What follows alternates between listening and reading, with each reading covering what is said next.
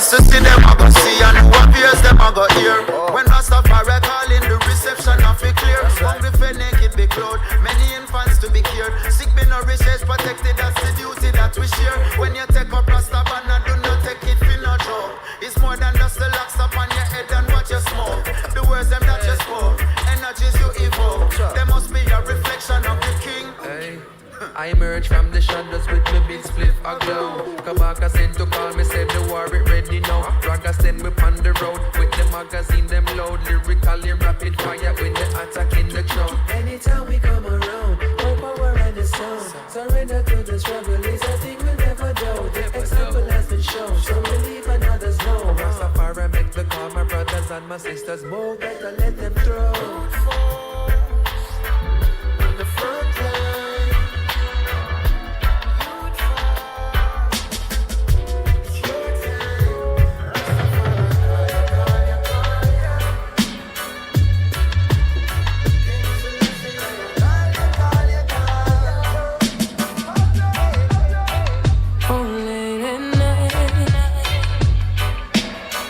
When everybody's safe and in the bed.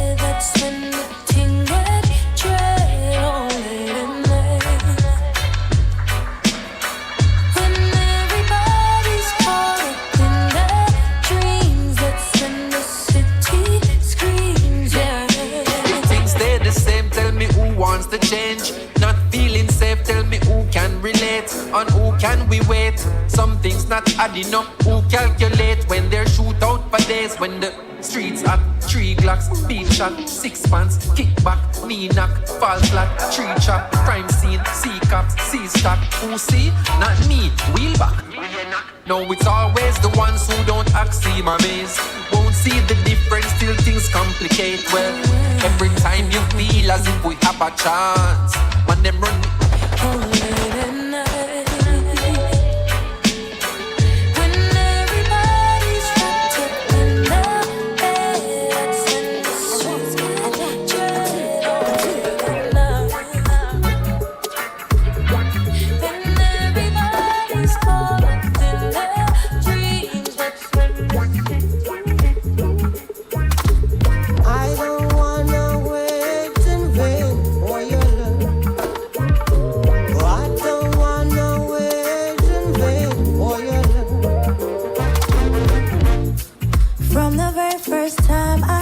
My eyes on you, boy. My heart says follow through. But I know now that I'm way down on your line.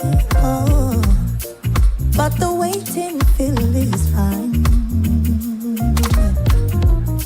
So don't treat me like a puppet on a string. No, no.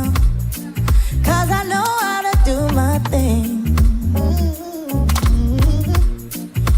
Talk to me as if you think I'm dumb. No, no, no, no, no.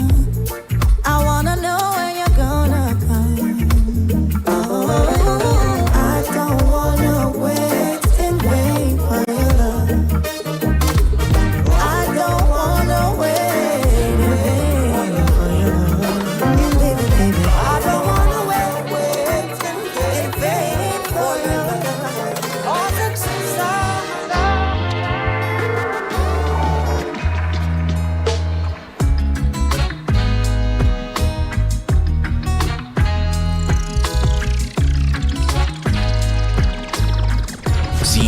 Ecstatic.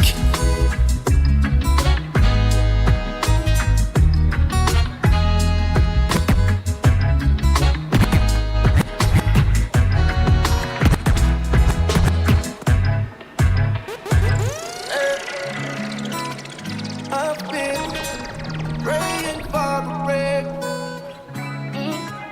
praying for a way to get ZJ Ecstatic. You're listening to ZJ Ecstatic. All I wanna do is live a little, breathe a little, and go and enjoy life. 'Cause every more can make a miracle. No matter what you trickle, 'cause things so alright. All I wanna do is live a little, breathe a little, and go and enjoy life. 'Cause every more can make a miracle. No matter what you trickle, 'cause things so alright. It's the pleasures and pressures of life we look down to, so try your best to make time for joy when the sorrows and pain of life sets on you. We both know that there is no choice, 'cause every lesson is a blessing. No stressing or guessing. Life is for the living, we know. We just live it to the fullest and let the good times flow. 'Cause all I wanna do is live a little, breathe a little, and go and enjoy life. 'Cause every more could make a miracle. No matter what you trickle, 'cause things so alright. All I wanna do is live a little, breathe a little, and go and enjoy life. 'Cause every more could make a miracle. No matter what you trickle, 'cause things so alright. My girl bougie, but she's so nice. Love how she no fussy, she's just living her life. She told me that she wants to go to country tonight. She wants to see where I'm from, she wants to go for a ride. Next day we go a shop, don't even screechy. We had a food and then we sit down and I easy till she hear the music and fling her shoulder. To how she go on who that thinks that she a raver. Boy, when you are par with me, a good time is guaranteed. Build up your vibes and get tired. Tonight we are go touch a party. Oh, and when you are par with we, a good time is guaranteed. Build up your vibes and get tired. Tonight we are go touch a party. From me get your baby, make me race and like the number 10. You raise the bar so I right, don't make you say none of 10. No. With you my future bright, so now I can't look back again. Some of them are 5 and 6, but girl you a 10 out of 10. You're real, I'ma love it, yeah, you not pretend. You are set the trend, baby, you are a gem. The love of me I said, I hope that you can comprehend. You know deal with only fans because me, I your only man. Let's go to Ochi, oh what a vibe. Tons River Falls will be somewhere you would like. Then we go to Senti, Treasure Beach, Chota Pelican Bar, you know the boat have you reach. Then we go to Negril, then to Mobay, yeah. Go to Portland for a couple days. Kingston City, life at the party. It's a Wednesday, so wedding ready. When you are par with me, a good time is guaranteed. Fill up your vibes and get tired. Tonight we are go touch a party. Boy, when you are par with me, a good time is guaranteed. Fill up your vibes and get tired. Tonight we are go touch a party. Alright, times get tough again. Bread down no butter then. No, this me not handgun and long rifle a go for then. The streets have no governing. It's a free for all, can't get peace at all. Soul a fly well like a Peter Paul. See it's all clear and evident. Caused by the decadence. CIA intelligence, now Netflix have the evidence. And man a shoot pastor in a church. Man a shoot father in fitness school. Some different man a set the rules. Hey, matter of fact, no one sing about them thing ya. Well man can't even manage put them garbage in a bin ya. Food box out a car window. I clog up the drain. Then when the flooding start, the government them get the blame. My brothers, it is a shame. More time we feel embarrassed to be part of this generation causing all these havoc. Man, about that, a man wouldn't even care about him offspring. Stop singing. I'm missing out another word, we're not go no further. What that they have won in the earth, yeah. The youths them have no parents, so you find that they have lost their way. I'm missing out another word, we're not go no further. Your baby mother, you go murder. Revelation tell me so what is this is the end of this. Yeah, we put your first and second and third. Watch your blessings come forth, blessings come forth. Yo, it is a miracle to make your thing shut and not end up a gun court, end up a gun court. Growing up on the banks of the hope. Never give up and we never lose hope. And we never sell out and never sell dope. No ironically, everything what we say, it says dope. Listen, it never break with spirit growing up, bro. Roll out, smelling like carbolic soap. Yes, I regular be run boat just to stay afloat. And be run joke just to cope. Yeah, I know social mobility, limited scope. But mama make we know so time longer than rope. We no frightened, nothing, nothing, the car we used to go without. From food stamp and no stamp, fill up with passport. Yeah, watch juvenile, no put no gun in your transport. Fi collect no bank note, know that at the wrong spot. Hey, everybody want a bus like public transport. But all the food, everything covered like gold. Put your first and second and third. Watch your blessings come forth, blessings come forth. Yo, it is a miracle to make your thing shut and not end up a gun court, end up a gun court. Growing up on the banks of the hope. Never give up and we never lose hope. Never sell out and never sell down. Like royalty, royalty. Hey, if I ever make it in a life, I gon' be living like royalty. So me have to set it in a right. Never ever have to think twice, no way. If I ever make it in a life, I gon' be living like royalty. So me have to set it in a right. Never ever have to think twice, no way. Well, I'ma do my thing like this. Rock to the rhythm like this. They love it when I sing like this, like this, like this. Well, I'm a Roma split like this. They call me when I get like this. And take a little lift like this, like this, like this. If you're out there, somewhere feeling lonely, you're not the only one. You're not the only one. Now welcome to the third world. How you mean? Boom. Tell them say age is a number. Third world no study maths. Richie Daly and me done. Age around a top of tops. Up to now no boy no play guitar. We bad like Uncle Cat. Maurice Save a Papa Son. Norris played for Super Cat. Oh, one band so full of talent like the list just never stops. Go on eruption fit like Figgle and can sprint a dozen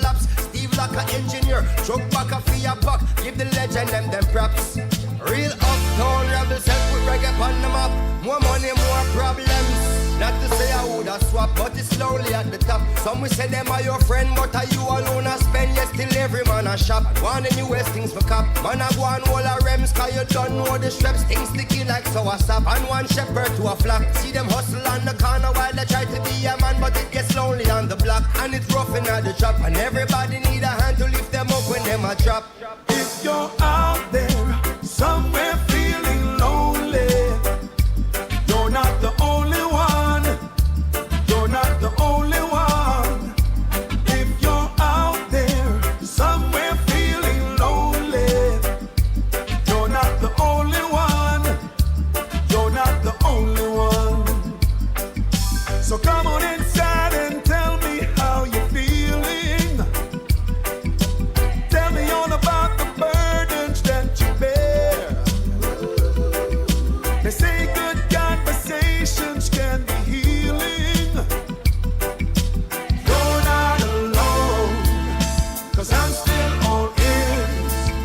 Some folks got to go on their own journey.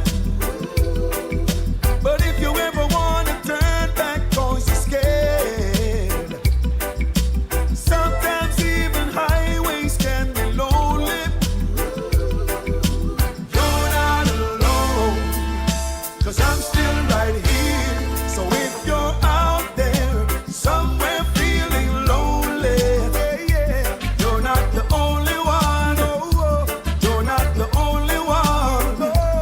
If you're out there, somewhere feeling lonely, you're not the only one. You're not the only one. You don't know what you're doing and do it to me. I can't save you from yourself, but I could offer you a new start. And I can't take away your fears, but I could part the lips of your broken heart. Do you want me to take you home and show you what my love can do? Do you want to go to heaven with my arms around you? You take my breath away, if only you would say it's only you and I, and that's the way we'll stay. I'll take you there to my secret hideaway. So in love with you, but I feel you know they're true. Every time you catch me a stare, you know you see right through. You get so close to me that I can almost taste you. Ladies and gentlemen, good morning. We thank you so much for joining us here today. I'm Khadija Lewis, Information and PR Manager here at the JBI, and it is my absolute pleasure to welcome you in observing this momentous occasion, which is the 30th anniversary of the Bauxite Community Development Program and the launch of Phase 8. So, have you been enjoying the music so far? Yes? All right. Well, we are going to officially begin the program with a word of prayer. So at this time, I invite Mr. Nero Williams of the JBI to so do. Thank you.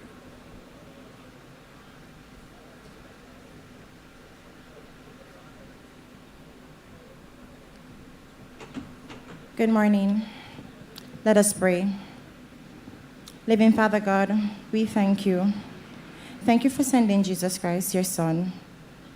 thank you for sending him for your will, which is to wash away all our sins and make us perfectly righteous. You require nothing from us but just to believe in this fact.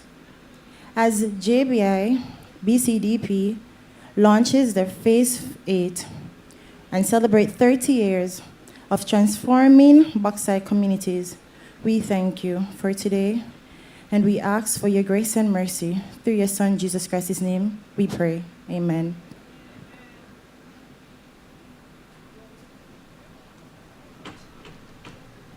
Thank you very much, Ms. Williams. So as part of the official welcome, there are certainly, everyone here is special, but there are certain persons that we would like to namely recognize.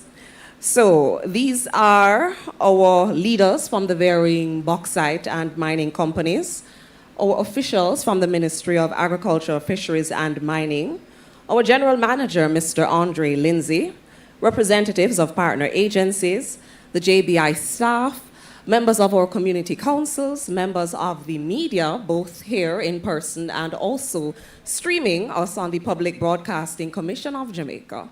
A very, very, very special welcome to you all. So, just a slight deviation from the program, we will be having Ms. Samara South delivering opening remarks on behalf of our chairman, Mr. Dave Powell, who regrettably is unavoidably absent. Please make Ms. South welcome.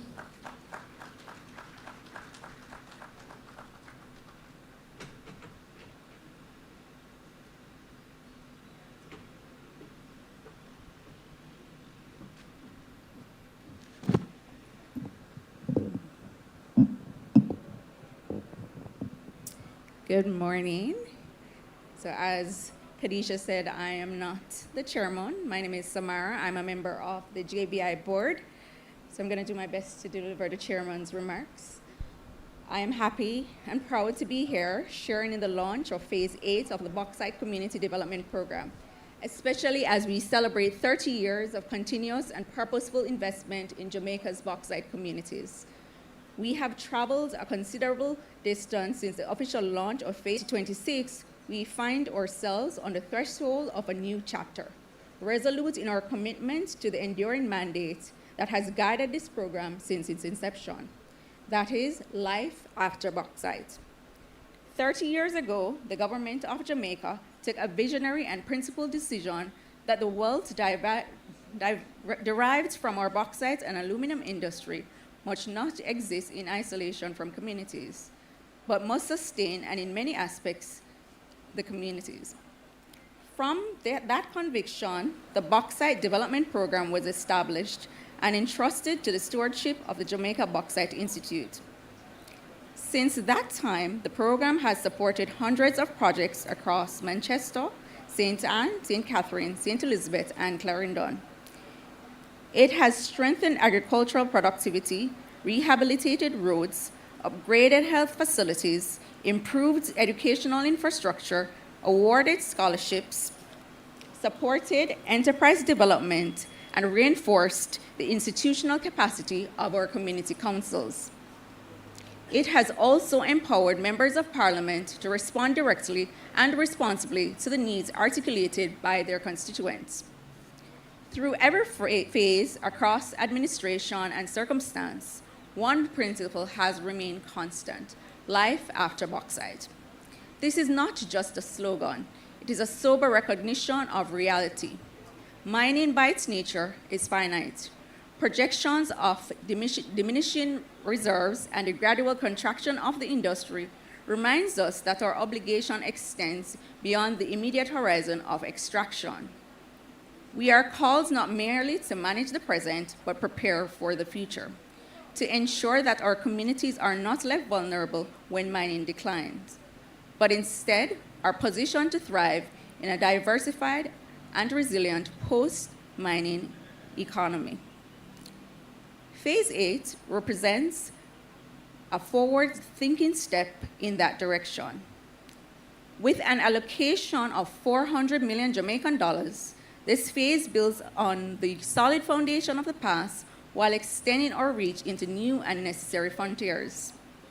It reflects strategic recalibration, deeper responsiveness to community realities, and a renewed emphasis on sustainability, climate resilience, education, healthcare, and enterprise growth.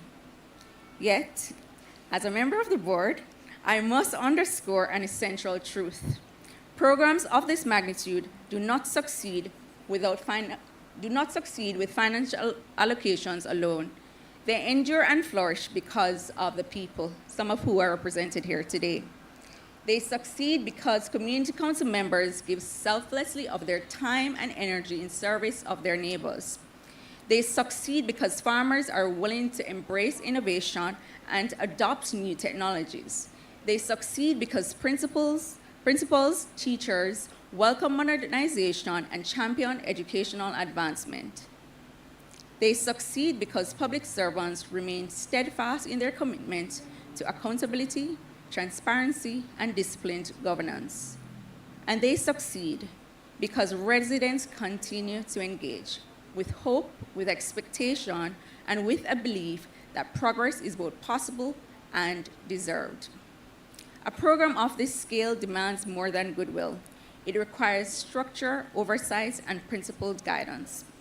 The BCDP is administered under the vigilant oversight of a steering committee comprised of JBI board members and the BCDP management team, ensuring direct accountability at the highest level of the Institute. Complementing this is the BCDP Advisory Board, which provides strategic guidance, approves projects and disbursements, reviews progress reports, and offers policy direction to strengthen implementation and outcomes. Projects are not selected casually or arbitrarily. They are subject to rigorous assessment, informed by consultation with community groups and members of parliament, grounded in field observation, elevated against the proximity to mining operations, scrutinized for cost efficiency, and critically measured by income-generating potential and capacity-building impact. Particular emphasis is placed on the productivity redevelopment of mined outlands, in alignment with our overarching life after bauxite objective. This governance is with intention. This is investment with accountability. On behalf of the board of the Jamaica Bauxite Institute, I extend our profound gratitude to the Honorable Minister, to our development partners, to our General Manager and the dedicated BCDP team, and to every stakeholder who has sustained this program over the 3 decades. As we inaugurate Phase 8, we do so with the clarity of purpose and confidence in partnership. The BCDP began as a mechanism for investment. Over time, it has evolved into an instrument for transformation. With your continued collaboration, disciplined stewardship, and shared resolve, it will remain a cornerstone for sustainable development within Jamaica's bauxite communities for generations to come. May this new phase be defined by measurable impact, strengthened resilience, and shared prosperity. Thank you.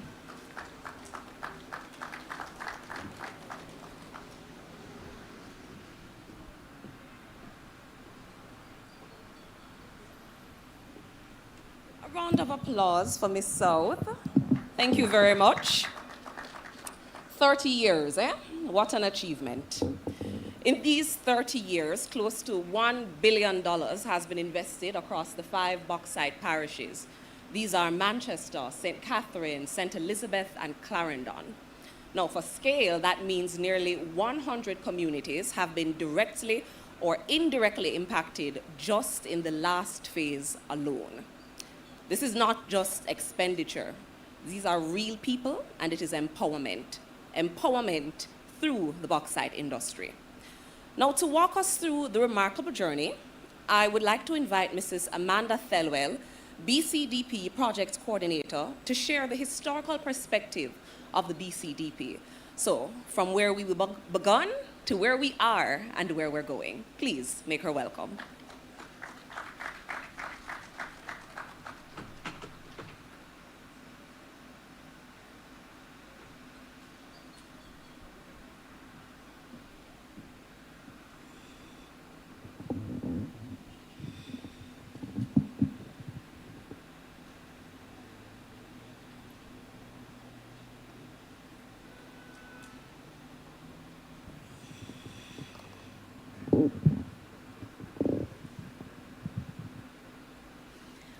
All protocols observed.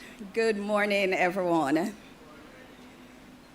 Today, we celebrate more than a program. We celebrate 30 years of partnership, progress, and people-centered development. 30 years ago, the relationship between mining operations and some of our communities was at a pivotal moment of reflection and change. While the mining industry generated billions in export earnings and provided thousands of jobs, mining activities were often situated close to residential areas. In some instances, this would have resulted in displacement and challenges. Communities experienced these impacts firsthand, and of course, they voiced their perspectives. Recognizing the need to better balance economic growth with social well-being and environmental stewardship, Jamaica Bauxite Institute responded not with division, but with partnership and innovation.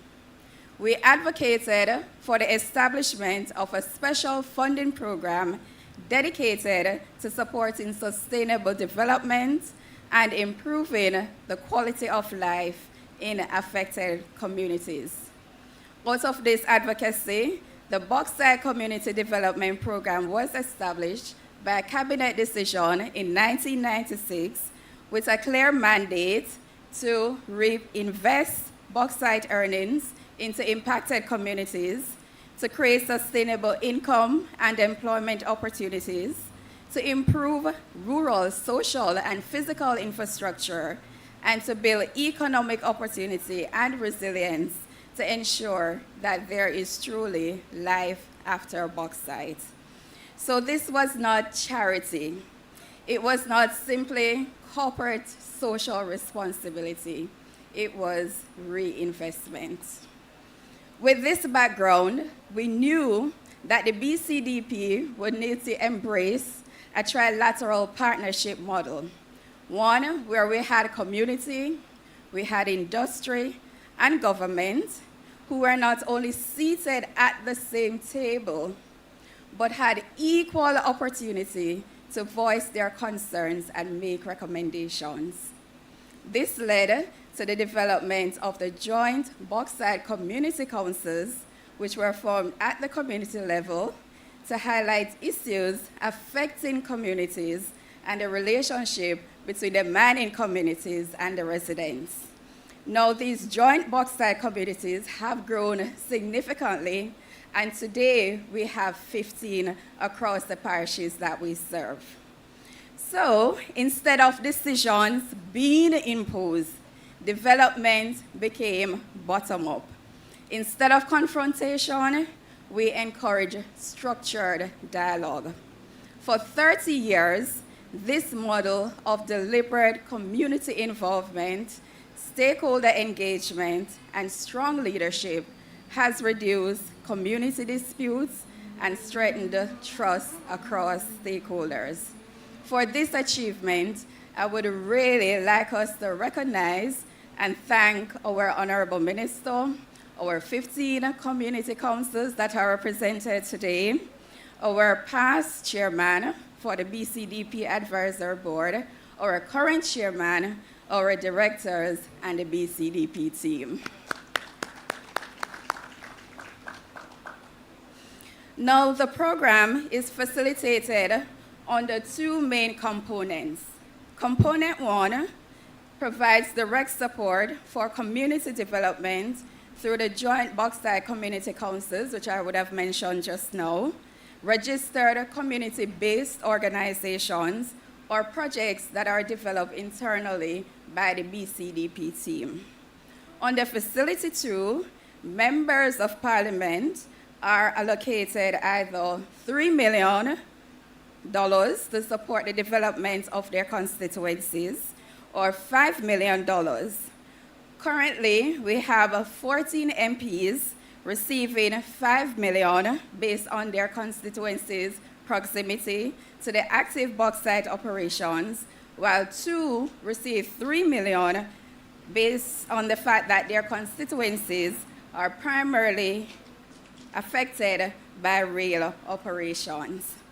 So we talk about the different phases, moving from phase 1 in 1996, where the program had a disbursement of 30 million, to phase 7, which we concluded in 2025, where the program reinvested 3 million. Over this period, thank you, Mr. Lindsay.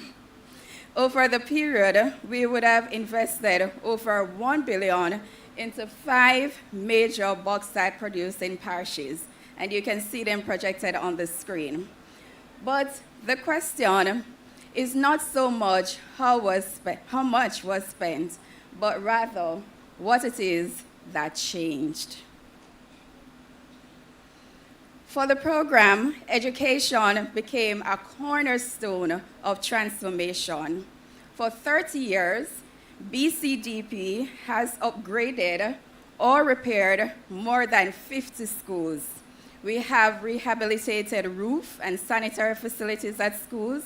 We have built over 20 new classrooms, established ICT labs in over 10 institutions, and set up greenhouses and school gardens to support agricultural training, expand meal offerings to students, and generated income for the institutions. And as if that was not enough, in 2024, Mr. Lindsay, I'm correct, we launched the JBI Oilet Lambert Scholarship Program, awarding, yes, you can go ahead and clap for that. We awarded 14 scholarships valued at 500,000 each. Through investments in the education sector, thousands of students from mining communities are now teachers, they are engineers, they are nurses, entrepreneurs. We did not simply repair schools or build schools. We built futures and restored confidence in education. Long before training was considered trendy, the BCDP recognized it as critical to transforming lives and livelihoods. Through partnerships with institutions such as the Heart and Estate Trust, Jamaica 4-H clubs, Food for the Poor, Social Development Commission, and so many other partners, we have trained over 7,000 young people in welding, plumbing, electrical installation, and many other skill areas. This contributed to a decline in youth unemployment, with over 6,000 of the 7,000 participants transitioning directly into employment. Infrastructure, of course, was one of the most visible impacts of the program. You can see it, right? Over $35 million was invested in road repairs in phase 7 alone. Just think about that. In one phase, over $35 million in road repairs. We have rehabilitated over 120 community and farm roads. We have put in place water supply infrastructure that has benefited households and schools. We also implemented an electrification program. And importantly, we built community centers, stadium facilities, and playgrounds. So now our farmers, they can transport their produce faster. Our children can move around safer, and the communities can definitely function better. But perhaps the most powerful transformation was economics. We like to talk money, right? Some of our flagship economic empowerment projects include the JBI, JSIV, greenhouse clusters, and water harvesting systems program, where we provided over 160 greenhouses in St. Elizabeth, Manchester, and St. Anne. But it wasn't just about providing greenhouses. We boosted production yields. We created contracts so that persons were certain of the markets. And importantly, we enhanced their climate resilience. From 2023 to 2025, the JBI Poultry Project invested over 20 million to support over 800 farmers. And guess what were the results? Farmers increased their production cycles, and I want you to listen carefully. Farmers increased their production cycles from 1 up to 4 production cycles per month. The average bird count per cycle grew from 50 to 150, and probably the most exciting outcome. Income rose from an average of $40,000 to as much as $300,000 for a single farmer. We know the struggles with funding, and therefore, through the implementation of initiatives such as the revolving loan scheme administered by MIDA in Manchester, we were able to provide support to households who usually find it challenging to meet the onerous demands of our traditional financing institutions. And this is what Bauxite life after Bauxite really looks like. Ladies and gentlemen, I'm wrapping up. It's quite a lot, as you can imagine. We know that infrastructure can build roads. We know that agriculture can increase income. But healthcare builds security.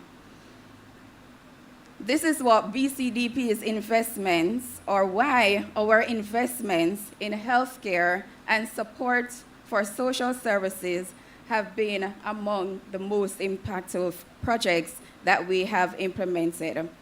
Take, for example, the renovation of the Broadleaf Health Center in Manchester. This facility closed in 2021 due to health and safety deficiencies. It is now reopened and serves over 5,000 residents following a $14 million investment from the program.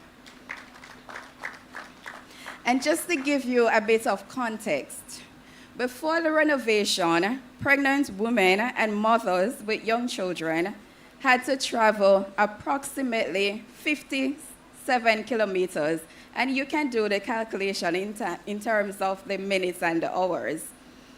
They had to move from their communities to the poorest health center to access care. Today, mothers can access antenatal services. Elderly residents can monitor chronic conditions nearby, and our children can receive immunizations within their own community. We know that healthcare is not just about buildings, it is also about awareness. And as such, we have supported health fairs and similar events in communities so that residents can gain greater access to preventative health care and knowledge transfer that, in effect, will reduce long strains on hospitals. As it relates to disasters and crises, we have experienced them over and over.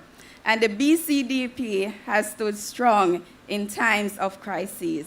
When Hurricane Beryl struck in 2024, followed by Hurricane Melissa in 2025, the BCDP responded swiftly in both instances. 10 million was allocated to emergency relief. Farmers and fisher folks were supported. Materials were provided for home repairs, and agricultural inputs were provided so that persons could restore their capacity. But the journey was not without challenges. We had periods of fluctuating funding where there were uncertainties And we had to be creative and strategic to ensure that we prioritize. In some instances, initiatives struggled to maintain momentum after initial support ended. We had to strengthen long-term maintenance plans and build local capacity, which is important to ensuring long-term impact.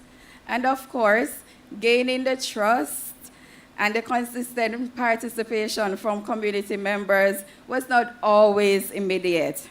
But over time, through greater dialogue and transparency, we were able to foster stronger relationships and shared commitments. Over time, as a program, our monitoring systems have strengthened, our accountability has improved, and our partnerships have deepened. There is a saying that a chain is only as strong as its weakest link. But we know that we are strong because of our partnerships. Our achievements and impact are built on the invaluable support of our partners, many of whom are with us today. Partners, there are some of the organizations represented on the screen. For the interest of time, I won't name them all. But partners, it is your dedication, it is your hard work, and it is your commitment to nation building that has left a remarkable impression on the BCDP story. Etched in the annals of our journey are the partners that you see on the screen, and many more whose contribution will not be able to fully acknowledge today because of the constraints. But please help me in recognizing our partners that have provided such tremendous support over the 30 years. In wrapping up, 30 years ago, we had communities protesting. Today, communities are partners. 30 years ago, we had the roadblocks. Today, and for the last 30 years, we have been paving roads physically and economically. It's been 30 years of investment, 30 years of partnership, and 30 years of impact. The BCDP has not only built infrastructure, it has developed people. And as long as mining continues, so must our commitment to sustainable, inclusive development for all persons. So let us continue building together. Thank you.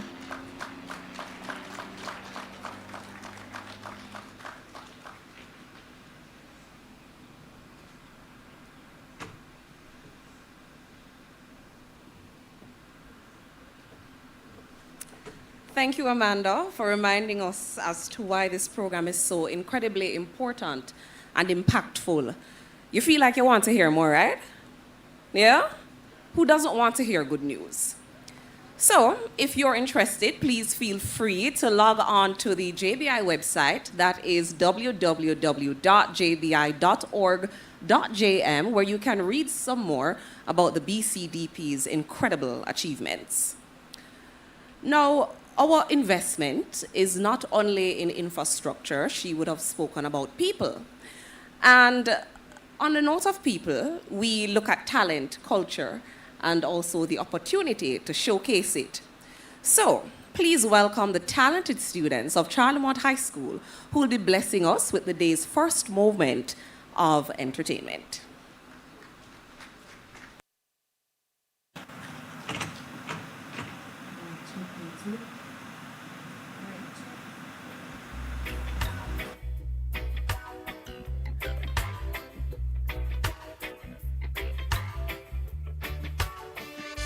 Happy 30th anniversary, and we hope that our performance, you will enjoy our performance.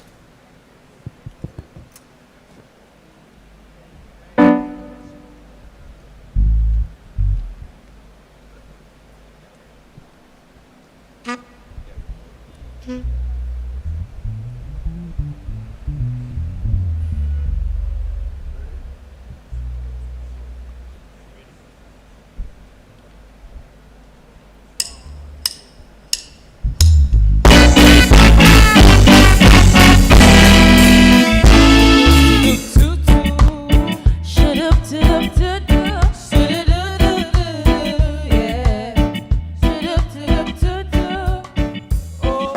if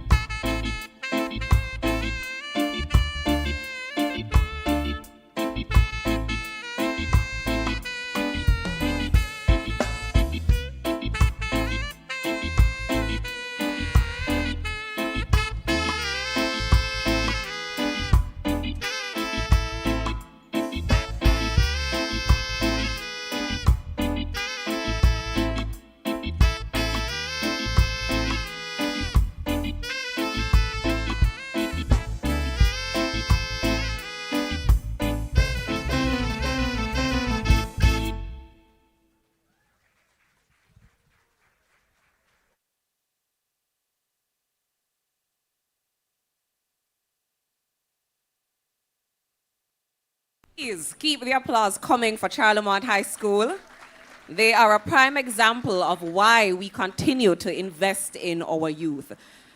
All right, so following along the lines of investment in youth, we have one of our JBI Hoylett Lambert Scholarship recipients who's celebrating here with us, Mr. Dane Egler. We're inviting him to share his experience with the BCDP and certainly to tell us how it is that JBI is showcasing life after bauxite with tertiary education. Mr. Egler?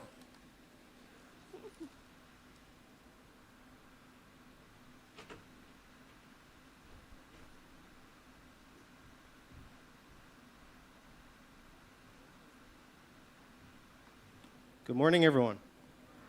How is everyone doing? I don't know, every time I'm going to talk or debate or give a speech, I normally say, good morning, everyone.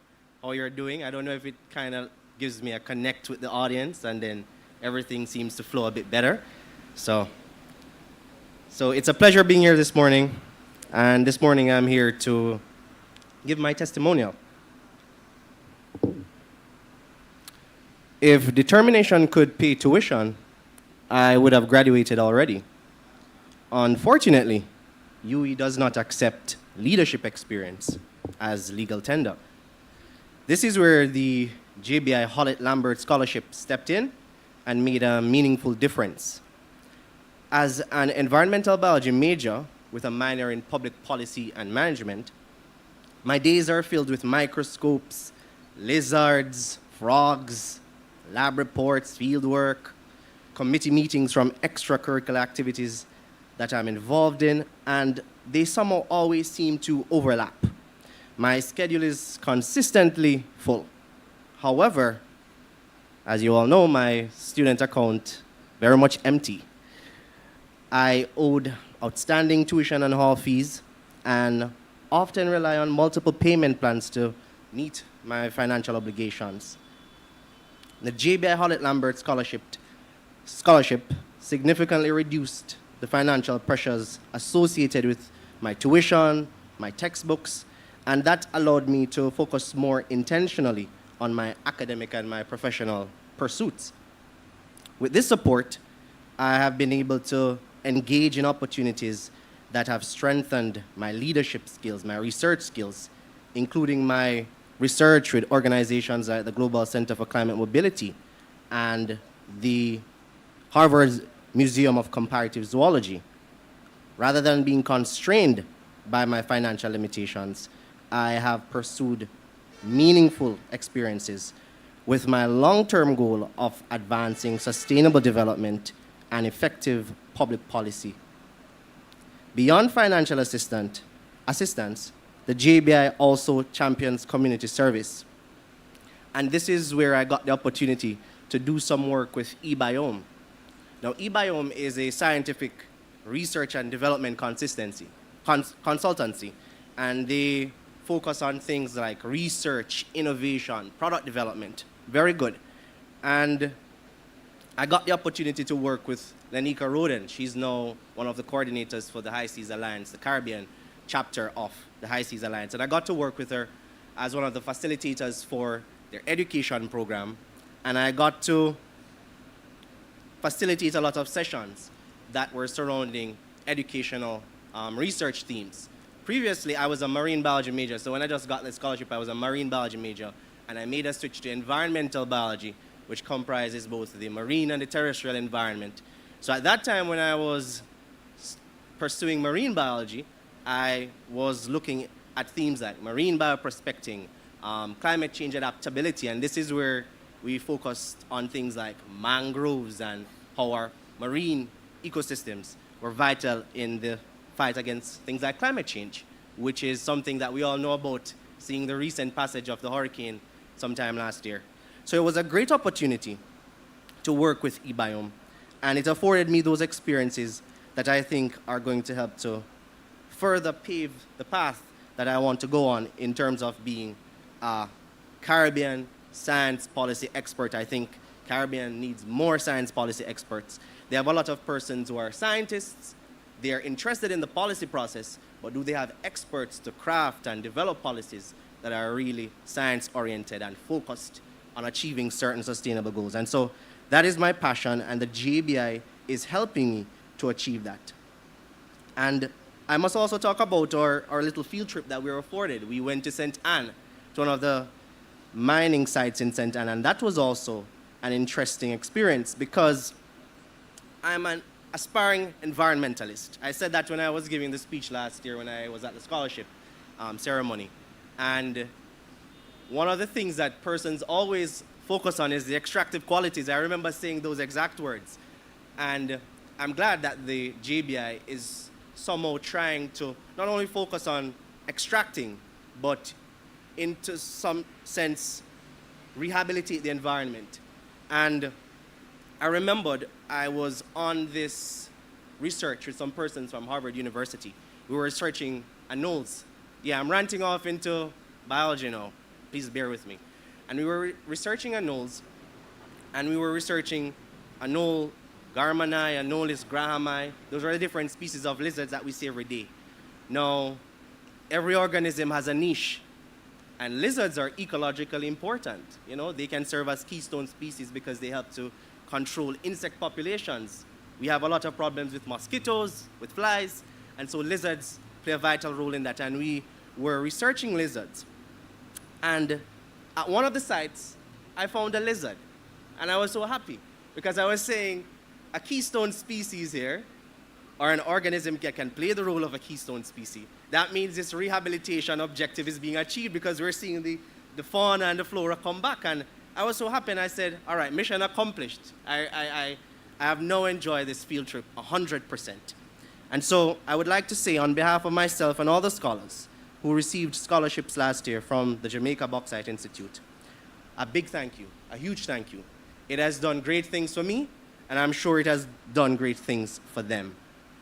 And so I would just like to wrap up and say that this experience, it has not only given me scholarship, it's not only an investment in my potential because it sought to pay for my tuition, but it also sought to cultivate in me the discipline and the foresight of exceptional leadership.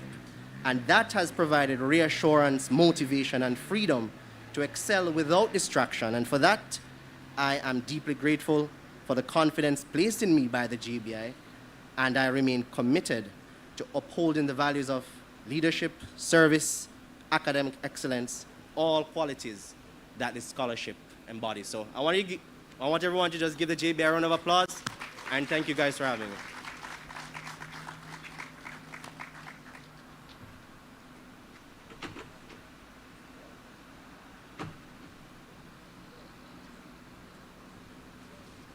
Thank you, Dane. Very, very well said. Thank you for really showcasing that though an extractive industry, the JBI is very serious about giving back. Before we continue, there are two very, very, very special gentlemen I'd like to make welcome at this time. They are our Minister of Agriculture, Fisheries and Mining, the Honorable Floyd Green. Please give him a round of applause.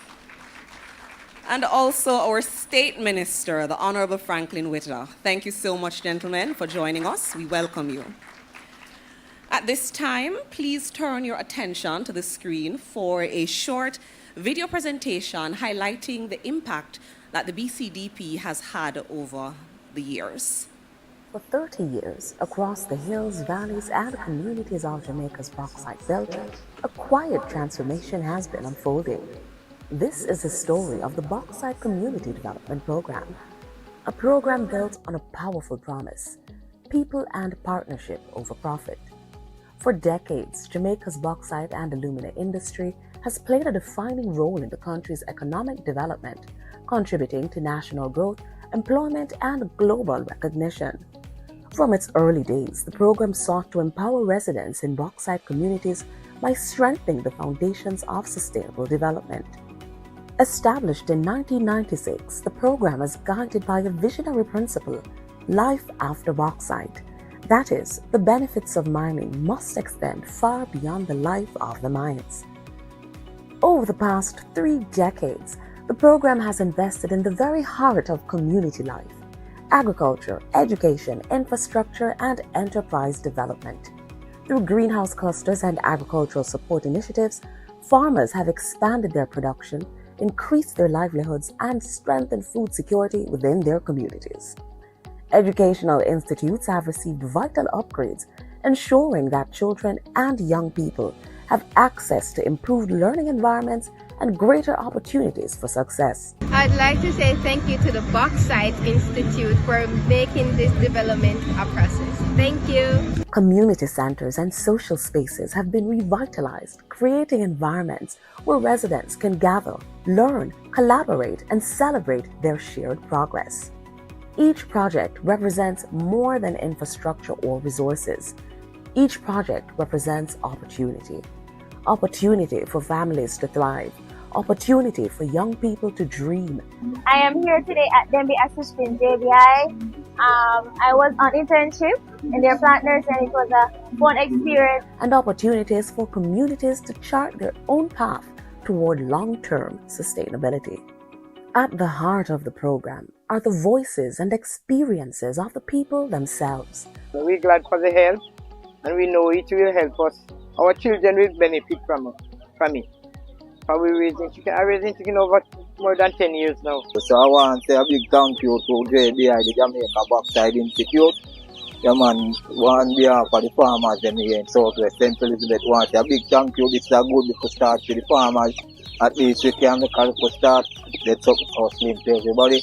Can help the family. Can do a little bit, you know. So we give a thanks and we're grateful to all that we receive today, you know. Yeah man, enough thanks and we hope and pray on the basket will never empty.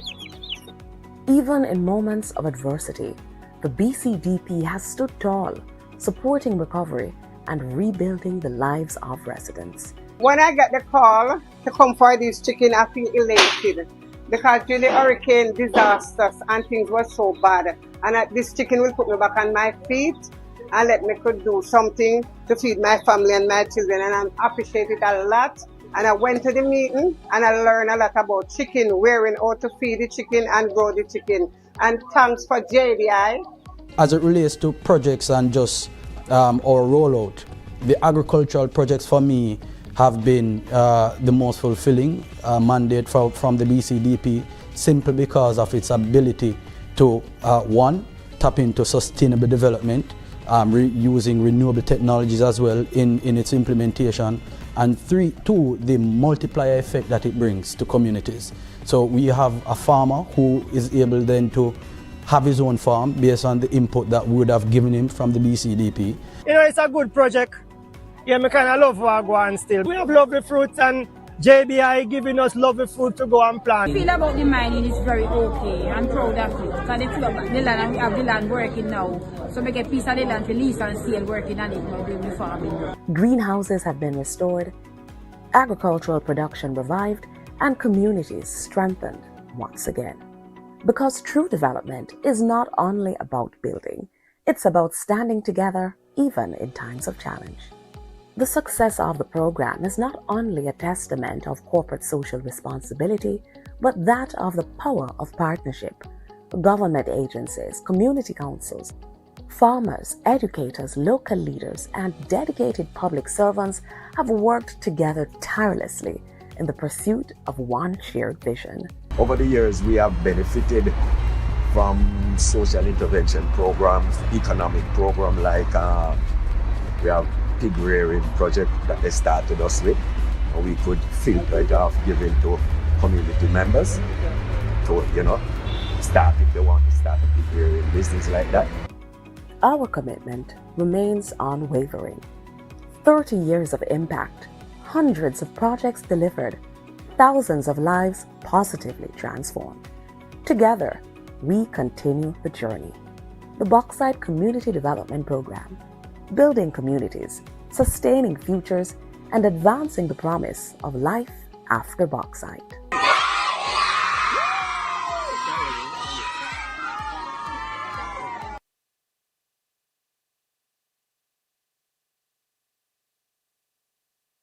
Sustainability in action.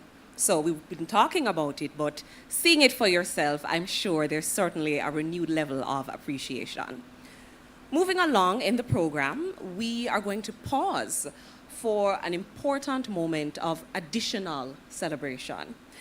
Today, we pause to honor a stalwart among us, and I won't go into it too much because Mr. Kemoy Lindsay will be speaking further and making a special presentation. Please make him welcome.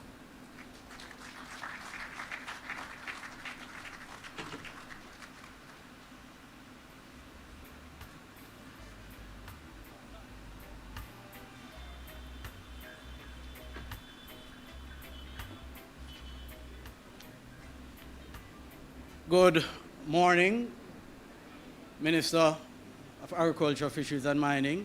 Let me formally welcome you and tell you good morning. State Minister, Mr. Witter, good morning. To our specially invited guests, board members, members of the media, good morning. So, I've been given the privilege of doing a tribute to the very popular, famous, and sometimes infamous Mr. Clarence Osborne. And before I read Mr. Osborne's citation, I met Mr. Osborne when I joined the JBI team in 2020.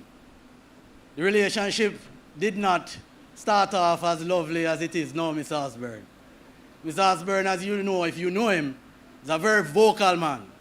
He does not practice sitting on his thoughts, even though sometimes you pray he does.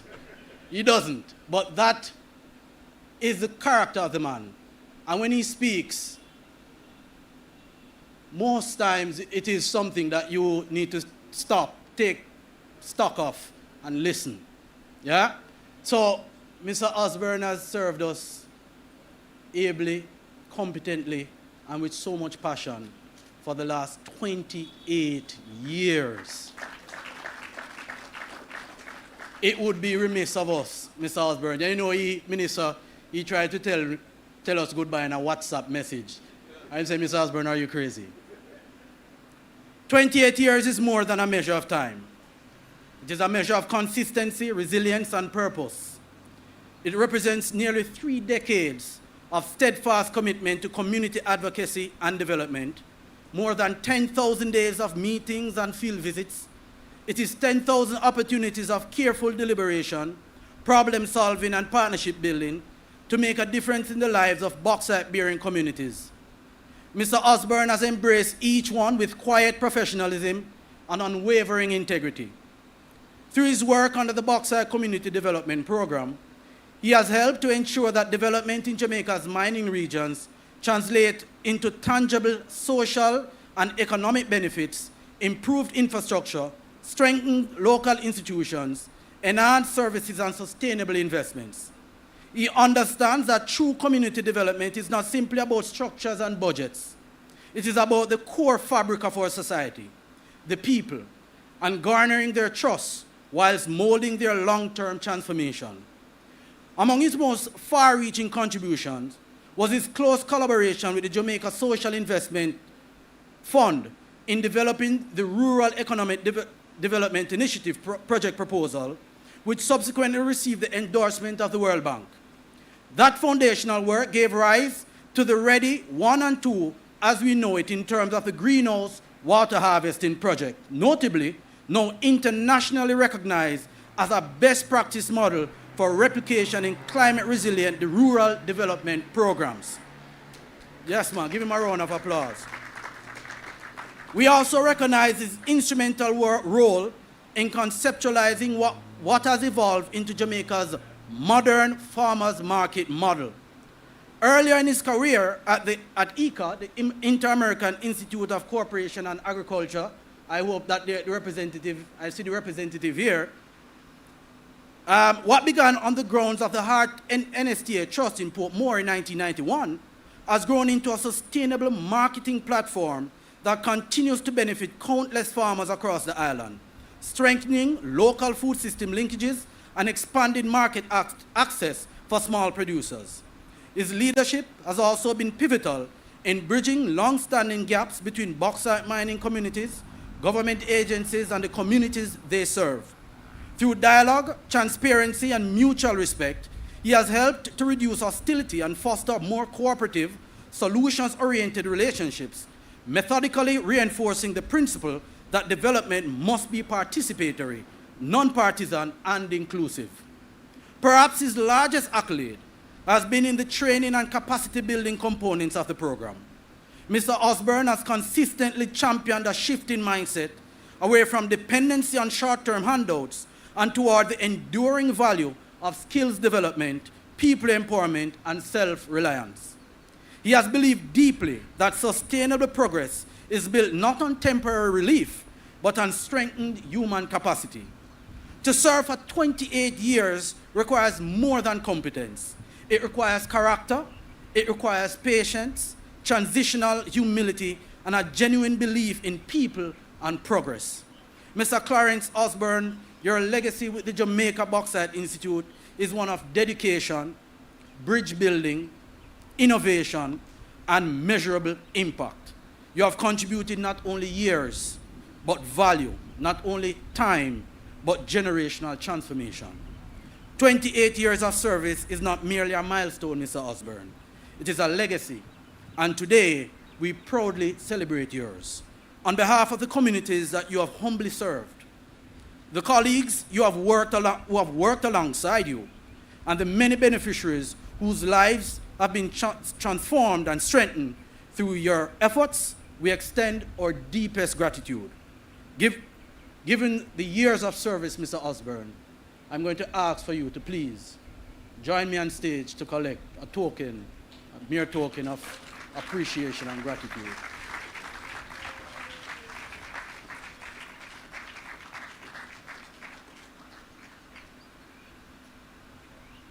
So we have a framed citation for Mr. Osborne, as well as a keepsake, Mr. Osborne, that you can put on your stand.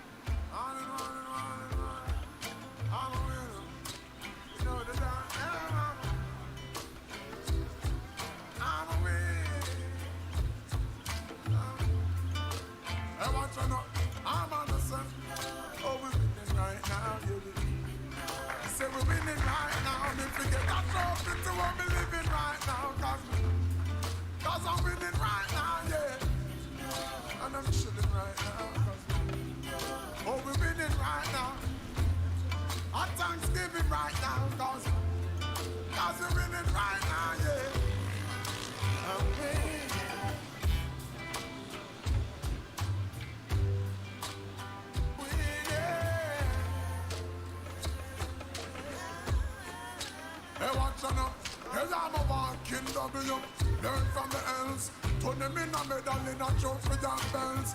Every day you see we with them on our next film. Break records like we crack the shells. And every single ounce of effort we expel. It's all about progress, cause we have to excel. I watch it. Morning, everybody. It's still morning. Well, I am an old-fashioned man, you know, because I used to hear my grandfather say,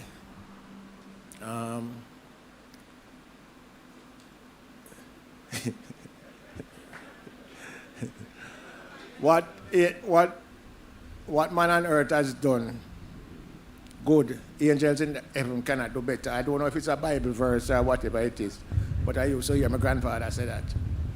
28 years is quite a while. A lot of people have not seen 28 years, but I am lucky.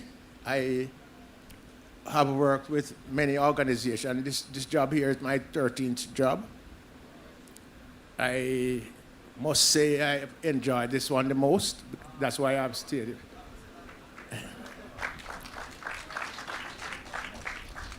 I have worked with Ministry of Agriculture 4 times. I worked as an extension officer, divisional extension officer, plant protectionist, and an agronomist. And what I can say, wherever I have worked, I can go back and feel comfortable and well accepted.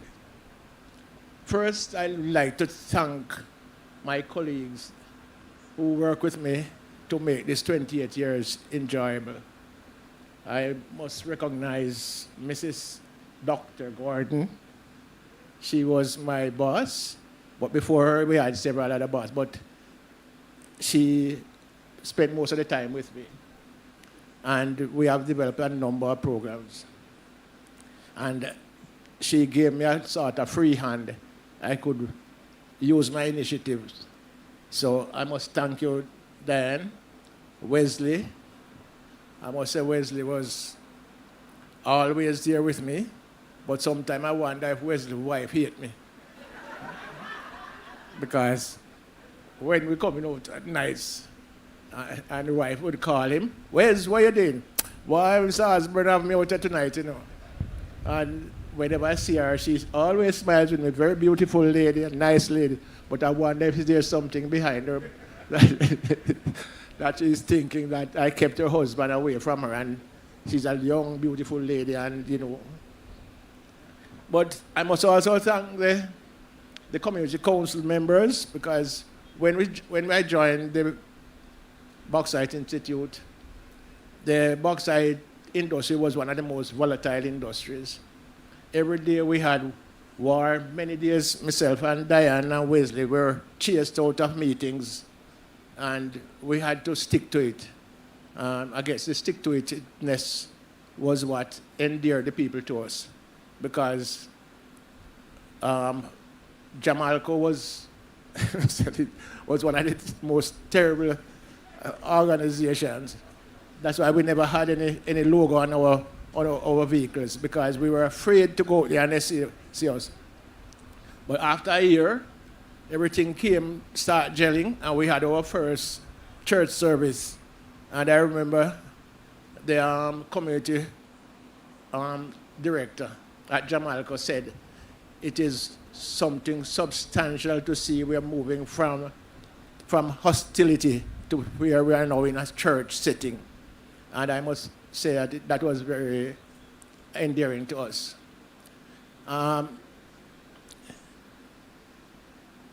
Working for 28 years, I would say it's a long time as Stokey Love would say, a very long time, but I enjoyed every day.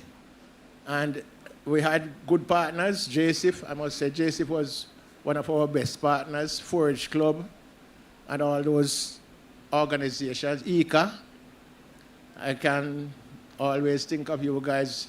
You always welcome JBI. Once you hear JBI, it's as if you think that JBI had a lot of money, so you welcome with open arms, even though we never have much money. But I have enjoyed every moment of it. We had good field trips, Windalco, Alpart, all our bauxite companies. When we started, they thought we were just a government organization to pressure the bauxite companies, but they realized that we were not. The communities felt that we were the same. We were there to go on the government side, but we cut fairly, and I really think that we did a fairly good job. We did a number of projects. Now, probably people will say they are not really relevant, because we did the Hayes Post Office, the Kendall Post Office, the Harman's Post Office, and a number of things. And probably these organizations or these edifices now are probably a little outdated now, because where technology is going, so I think I remember that in my high school days, I never did much literature. I was always doing the sciences.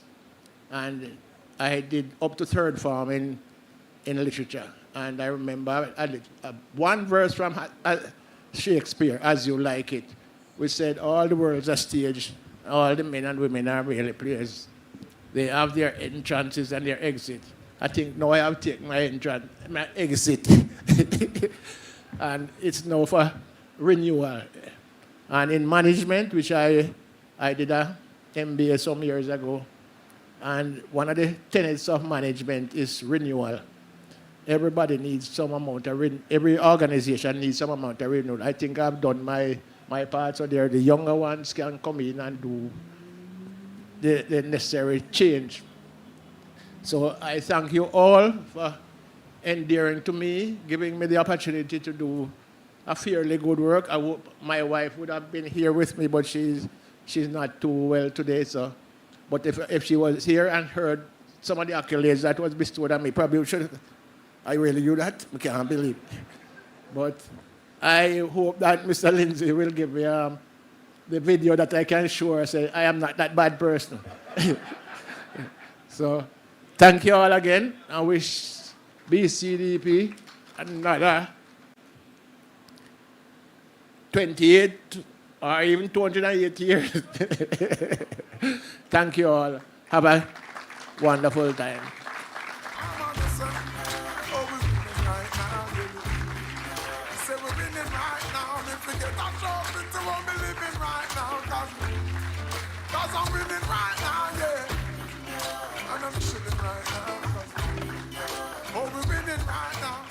Well done. Well done, Mr. Osborne, and congratulations. You'll be certainly missed. We are going to re-invite Mr. Kemoy Lindsay to the stage to tell us what we can expect in this upcoming... Let's just pause for a moment.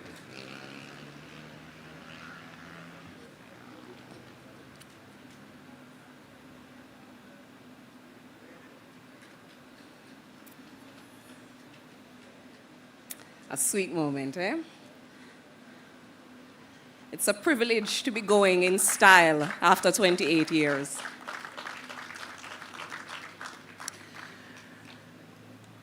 The overview of Phase 8 will be delivered by Mr. Kemoy Lindsay, Project Manager of the Bauxite Community Development Program, and his presentation will tell us all the wonderful things that we have to look forward to.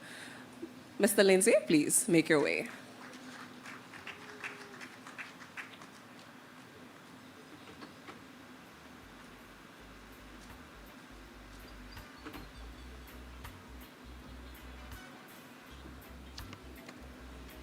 All right, good morning again. Protocols having been observed previously. All right, so we are going to just quickly bring you through the strategic investment framework for the BCDP coming in Phase 8.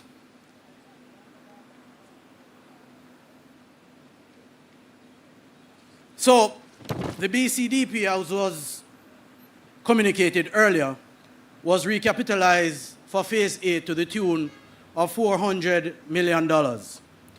And the overview of the allocation and the objective that we are looking forward to is to ensure that there's balanced investment across economic, social, as well as infrastructure priorities, as well as a strong emphasis on agricultural development, especially in light of the recent passage of Hurricane Melissa and the need to get our farmers and our households back into sustainable earning capacities. It is something that we had done and have been doing consistently over the last 7 phases, and we are looking to ramp that up with Ready 2, an additional 12 clusters coming on stream in the current phase, and additional support to greenhouse farming and farmers across the bauxite space. So what will it look like in terms of allocation? So we have here just a proposed allocation investment framework. As you can see, agriculture continues and will continue to dominate the investment from the BCDP. We are looking to increase our investments in education with the increase of the Hoylett-Lambert Scholarship, moving from supporting 14 students to 30 students come to the 2026, yes man, 2026-27 academic year. Over the year as well, over the phase rather, we're looking to increase our investment in small enterprise development. Admittedly, we did not do as much investment in this aspect of the program under the last phase, and so we're looking to see where and how we can improve that investment to benefit those on the ground. And of course, our infrastructure work continues. So what are some of the specific projects you can look forward to?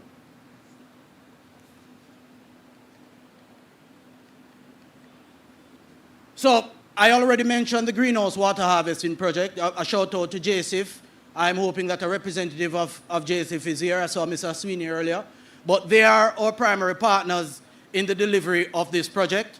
Under phase one, or ready one, which was spearheaded from the JBI by my predecessor, Dr. Gordon, who has also joined us today, we would have constructed 8 greenhouse clusters across the parishes of St. Anne, Manchester, as well as St. Elizabeth. Come ready 2, we will be expanding that investment, again in partnership with JSIF. We're also looking into moving the agro-park discussion further. We have already identified some properties, lands in St. Anne that we'll be looking further into to develop, to install agro-park and the necessary technologies that are supposed to come with that in that parish. We're looking to continue our support to poultry farmers. As was pointed out by Amanda previously, our poultry project under the last iteration was one of our most successful implemented projects under phase 7. With over $13 million invested and over 600 farmers directly impacted, we're looking to replicate that iteration and hopefully deepen the impact given to farmers across the 5 bauxite parishes. The Manchester Citrus Revitalization Program. Some of you would have been following this project for a while. You are familiar with it. We would have completed phase 1 of the project, where we distributed over 2,000 citrus plants in the parishes of Manchester and Clarendon.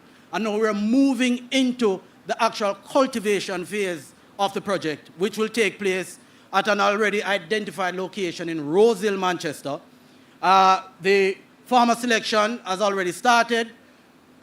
Groundbreaking for that project is expected to begin and be completed before the end of the current financial year. So that project is well advanced. The Rural Education Upliftment Program, or as we call it, the REUP program, encapsulates all our educational investment under the phase. I pointed earlier to the increase in the allocation for the JBI Hoylett Lambert Scholarship. The launch of that will come in April, so look out for that. To the community council members who are here, this year we are hoping that we will be getting more participation and activation from the councils, getting the residents in these bauxite communities aware of what is happening and getting them to apply. Our officers will be working with you to assist you in developing and submitting your application, so you will have that support. But the idea is to increase the reach of the scholarship, and 30 years, 30 recipients, each getting $500,000 to further their education. I think that, I know we've given it a round of applause at least 10 times already, but I think it deserves another one. We have so many bright young people in these spaces that need the opportunities, and we are looking as best as possible to fund training and literacy programs to develop the human capital in these communities in a holistic way as well under phase 8. The community councils, for the members who are here, we will be doing a comprehensive training and redevelopment exercise in this coming financial year for the community councils. So you'll be seeing us a lot more. Well, you see us every month, but you'll be seeing us a lot more going forward, because we'll be organizing training sessions, workshops, all the lessons and the material that you need in order to strengthen your capacity to submit projects that benefit the communities, as well as to participate in everything that the BCDP will be doing in the current phase. So your involvement under phase 8 will be as critical as it has ever been. And you know that we have been struggling with some issues in terms of the capacity building, but this year is the year that we are going to put some energy towards fixing that. We would have heard about some of these facilities to offer development under Phase 8. Water infrastructure development is also a focus, will also be a focus under Phase 8. We are looking to rehabilitate several water catchment systems across the 5 bauxite parishes. We've already started conversation with some of our partners to see, what we can identify within budget, of course, what we can identify and what we can submit to the advisory committee for their deliberation. However, the committee and the BCDP, we have placed particular significance on the build-out of water infrastructure under Phase 8. A total allocation of $60 million has been earmarked for the development of water catchment systems to both supply domestic use for domestic use as well as for agricultural use. So there will be a water catchment program as well that will be an attendant to the water connectivity infrastructure. Let me welcome the arrival of MP and Minister Delroy Williams. Thank you, Minister, for joining us. Small enterprise support. As pointed out earlier, it is one of the areas under the BCDP in Phase 7 that I think we can improve on come Phase 8. And so we would have sat together as a team to figure out what are some of the unique strategies that we can take to deliver greater investment in this particular sub-item. One of the flagship programs that we rolled out for this is the Mining Seeds Initiative. And we did a little creative thing there with the seeds. It's actually an acronym for Small Enterprise and Entrepreneurial Development for Sustainability, if my memory serves. I think that is and we are using the seeds because of our intimate connection with agriculture. And that will be the focus. We'll be targeting small farmers, young farmers. I know that for a lot of us, the term young is flexible, but for the purpose of this program, it will be farmers who have demonstrated the capacity for agriculture development who are under the age of 40. Yeah, I know I see some faces, so I may have a farm too, but we will get to you in time. But this particular program will be targeting the small entrepreneurs who are focused on climate adaptive technology as a part of their agricultural enterprise. And it will be delivered in 2 phases. So if you have a farm, you have a plan or a vision to incorporate that sustainable metric or rubric within your enterprise, you will be eligible. Once you are operating that farm within the 5 bauxite parishes and you satisfy the age requirement, of course, you will be eligible to apply. And it will include the submission of a business plan as well as a video component so that we can, do an assessment of all the applicants, and then we'll have a final award ceremony to award with a grant. I think we have not settled yet on the value of what that grant will be, pending the approval of the committee, of course. But this will be the primary method through which the increased investment in small enterprise support will be delivered. Here it is. Under Phase 8 as well, we have increased the allocation under the Member of Parliament facility from 68 to $82 million. It means that members of Parliament who deliver investment to their communities through the BCDP will also have expanded room. I know there's always a call for more to be done and more to be made available, but this is the first step to that call. So now the MPs will get expanded room to offer that level of investment on the ground, and it represents an expansion of the investment under Phase 8 as well. So what are the key outcomes that we are looking for under Phase 8. Firstly, an increase in economic productivity and employment, both through our greenhouse, the new clusters that we are constructing with JSIF, the farmers that will be directly impacted there, as well as the indirect impact that will come from that to the households and the community in and around those spaces. We're looking also to improve, as pointed out earlier, the development of infrastructure, both water, resilience, road connectivity, as well as the educational infrastructure. We have already started the rollout in terms of the educational infrastructure. Already, we have earmarked several schools that will be benefiting under Phase 8. We're also looking to improve climate adaptive agriculture, and we pointed to several initiatives that will be focused on that improvement. So, if we want members in these communities to be a part of this phase going forward. So if you are from a bauxite community here and you're not connected to your community council, we are encouraging you to get connected to them now. All community-based organizations as well, once you're registered, you can form that relationship with your community councils.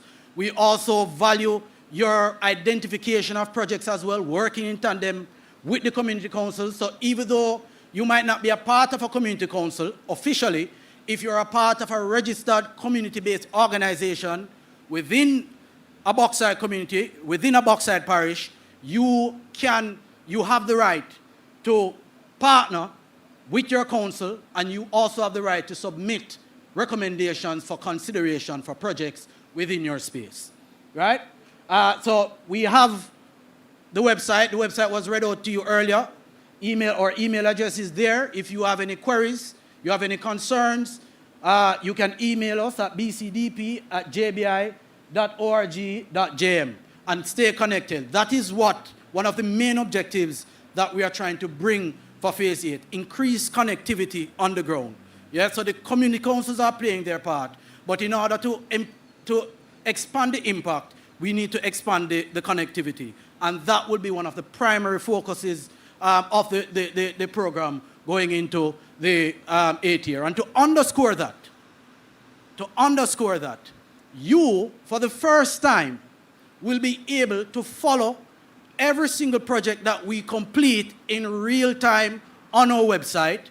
You will get all the information, where the projects are located, how many persons were impacted. I know Director Webster has always advocated for us to know the impact. And for Phase 8, it is something that we're making deliberate movements and activities towards. And so serious we are that you will be able to follow. Once you go on the website, there will be an interactive map. I'm hoping for them to queue that up so you can see what that will look like. An interactive map that you can follow, knowing exactly where these projects are, when they were done, what was done. So this, as I said, once you go on the website, you will see this. All right? You can play it. Yes. So you will have the introduction, again, in case you missed all of what the BCDP is about today, we'll remind you. After that, you will see the map of Jamaica. And on the map, you have pins that identify different project sites. Mind you, it is still a work in progress. As the projects are completed, they'll be updated on the website. So you'll be able to follow, as I said, in real time as the projects are completed. Now, how do you navigate it? Once you go on the website, there are several ways to navigate. You can either scroll and click on the actual pins, and it zooms in and tells you, you get a, it starts over. You get a picture, you get several pictures of the projects, what is being done, what was before, what is after. Yeah, so you are seeing how the investment is transforming these spaces in real time. Yeah, and we are moving the program into a digital age so that everyone, when we go out, we hear the questions all the time, what have you done here, what have you done there? Now you are going to be able to see it, yeah, in real time. So this will be updated periodically, very frequently, so you will always be able to see what is happening. So, So as we pointed out earlier, one of the main functions, or main objectives rather, of this phase is increased connectivity. And this is one tool we intend to use to increase that level of connectivity by letting you know how the bauxite investment has been applied and what is the level of development that is being delivered to these communities. So we have a lot in store for phase 8. I know the minister is definitely looking forward to the work that we'll be doing under the current phase. We are looking to expand the reach, expand the impact, and expand the overall sustainable delivery of the projects under phase 8. Thank you, and we look forward to a productive phase under the Bauxite Community Development Program. Thank you.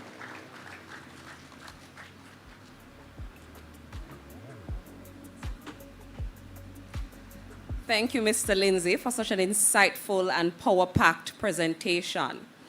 So we're going to invite the other Mr. Lindsay, that is Andre Lindsay, the General Manager of the Jamaica Bauxite Institute, to give us a look at what beyond the next 30 years will look like. Please make him welcome.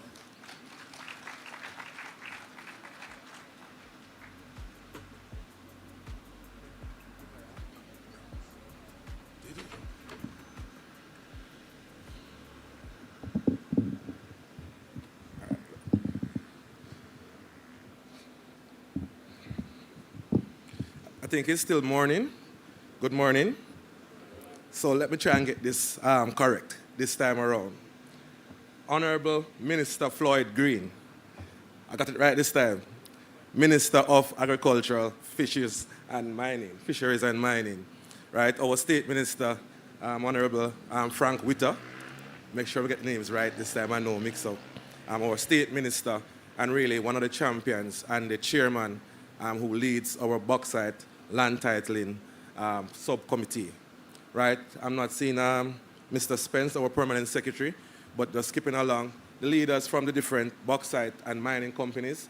I see representatives here from Jamalco, Gisco, Alpart, right? I see Discovery, and I see Windalco. Representatives of partner agencies, the JBI staff, and the production team here, members of parliament, members of the media, good morning. So we went deep, and while Mr. Osborne was talking about 28 years, that time I was probably in high school dreaming and trying to get a work at Kirkvine. Myself is from a bauxite community and a proud recipient of a scholarship from Kirkvine back in 2004, 2005, when I did my studies.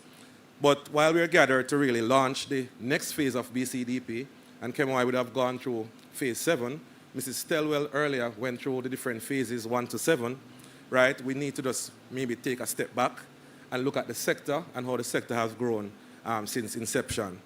So bauxite exploration and the development of the alumina industry, it dates back to the 1940s, right? Geologists and bauxite experts, primarily then from the Americas and Canada, came to Jamaica shores in the 1940s, did some drilling, did some exploration, and that itself yielded the industry that we now benefit from.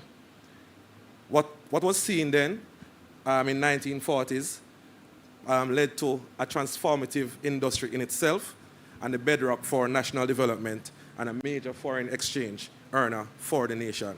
So Jamaica's industry began really now in 1952 with the first shipment of bauxite from Reynolds Jamaican mines, and Kaiser followed a year after in 1953, exploring bauxite or exporting bauxite from Port Kaiser. In 1954, Jamaica moved to value-added production with the completion of the first alumina refinery at Kirkvine, and really Kirkvine is really my baby because it's next door, and we grew up wanting to work at Kirkvine. And it's exported its first shipment later on in 1954, first from Kingston and then from the port in Port Escoville. Interesting enough, in 1957, Jamaica became the world-leading bauxite producer, attracting a significant investment and expansion over the next 15 years. I'll try to skip quickly. Right, so this period saw additional refineries and export facilities being built, so including Alcan Yuatan in 1959, Jamalco, well, it's Alcoa then, right? 1963, they started bauxite export, and in 1972, alumina refinery in Hayes Hall. Alpart in 1969, and for a short period in 1971, we had Revere Copper Brass Alumina Refinery in Mogotty. To manage its enlarged interest in the industry, the government needed to set up new agencies. So after the completion of the bauxite levy negotiations in 1975, it was noted that the absence of an organization to monitor, evaluate, and conduct research on behalf of the bauxite industry was a major weakness and a gap identified on both the government side, and an entity was needed to really protect the interests of the Jamaican government, the people, and most importantly, those affected by bauxite mining.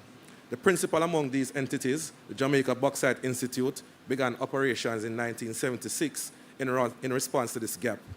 So this year not only marks the 30th anniversary for the Bauxite Community Development Program, but also later in the year, it will mark the 50th anniversary for the Jamaica Bauxite Institute. For 7 decades, this industry has helped to build schools, hospitals, roads, and communities, and most importantly, has provided jobs, empowered generation, and placed Jamaica on the map as a leading producer of one of the world's most vital minerals, even to this date. Over the 74 years since our first export of bauxite in 1952, the ownership of the operating companies has changed on several occasions, moving from American-owned, Canadian-owned, to now Russian, Chinese-owned, and of course, investment from our own government. Each entity approached the community engagement and investment and based largely on their own corporate culture and national practices. As a result, the type and scale of social projects, infrastructure support, and community development initiatives varied significantly over time. And we were not guided by a standard environmental, social, and government framework. So we spoke of the current vine, right? When I was growing up, nobody could speak bad about a bauxite company, right? We lived it, we breathed it, and for entire communities in that time, we all wanted to work at Kirkvine. Unfortunately for me, when I finished undergrad studies, Kirkvine was closed down 2008, 2009, and I completed around 2010, right? So agencies like the JBI, MGD, Minerals Policy, NEPA, and other partners, they were tasked to develop this framework to balance the industry's significant economic contribution, historically above 5% GDP in the 1950s to 1970s, against the heavy environmental and social footprint. On the environmental side, we are tasked in partnership with NEPA primarily, with an NGD on the land rehabilitation side, that companies are mandated to reclaim and restore mined out lands to a particular standard or a defined standard within 3 years after mining has completed. The management of the residue disposal areas that falls primarily with the JBI, and also we do air quality, dust, and gaseous emission monitoring in partnership then with NEPA. On the social side, we talk about public health, dust mitigation measures, and the impact then on alumina refining on the humans and animals close to these settlements. So on the government side, on the governance side, we speak primarily on what the framework was, and on the environmental side, we can also focus then that all environmental impact, any spill within the refinery or outside the refinery, all of those are investigated. All of them, we must develop or find the root cause, create an action plan, and do the remediation necessary. On the social side, then, to balance what each company does and the impact to each community, that's where BCDP was established by cabinet decision in 1996 and entrusted then for management under the JBI. Mrs. Stelwell spoke earlier, I think the figure was upwards of $1 billion across the first 7 phases.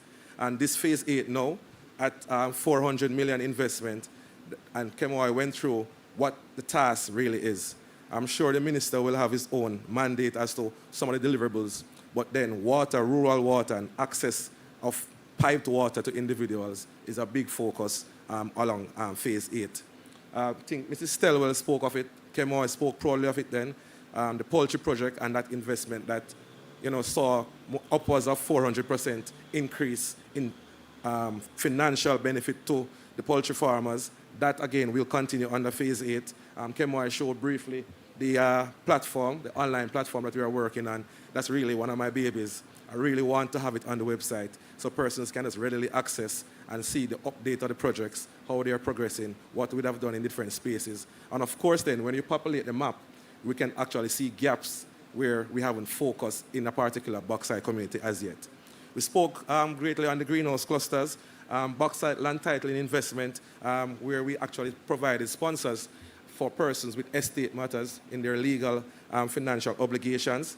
And interestingly, Kemoy, we skipped on the land lease program, right? So we digitized this land lease app, I think around 2-3 months now, and we have seen a drastic improvement or a reduction more so in the processing time. So a lot more farmers are accessing the app so they can actually identify the lands.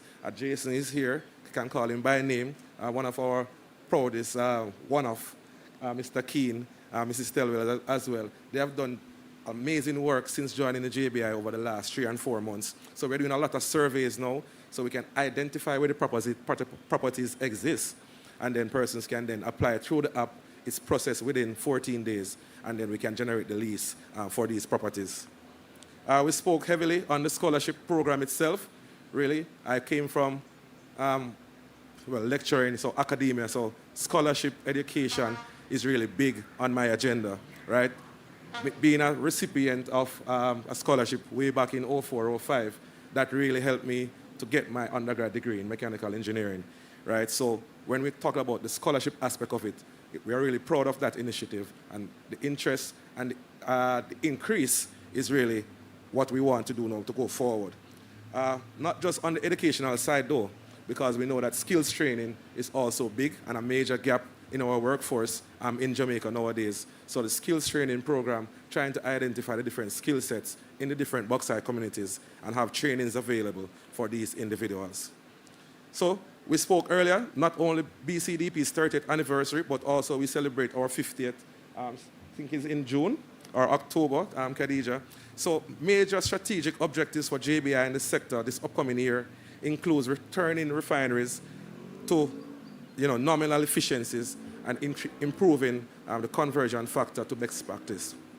The impact of hurricane on production is significant, and with both refineries operating at an estimated around 68 to 70% now, right, we must then keep a lot of focus on improving the major work required across these refineries.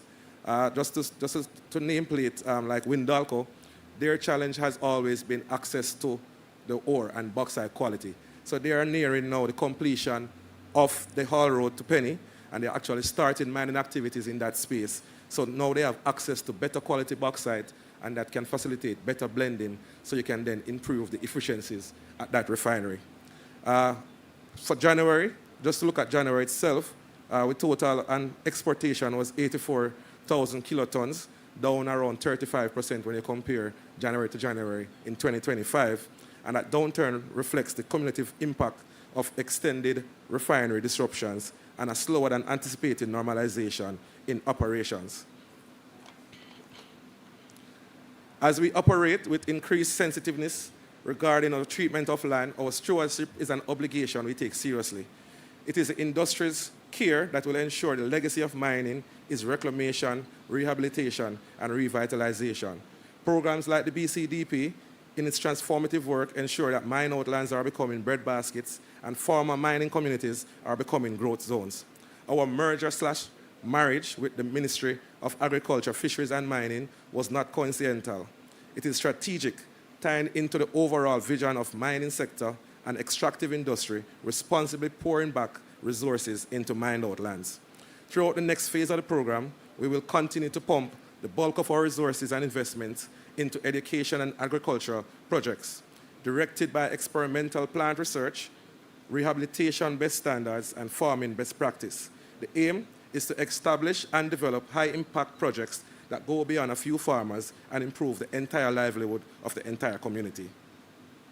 We spoke again earlier on the success of the poultry project, and going forward with that again, Kemo, I introduced the Ready 2 and the additional greenhouse clusters that will be built under this phase. And you will hear more about these initiatives from our minister, who will speak later. To further ensure accountability, we have embarked on a review of the Bauxite community councils to ensure that the operational structure of these councils are strong, active in advocacy, key personnel are included to represent the needs of the entire community.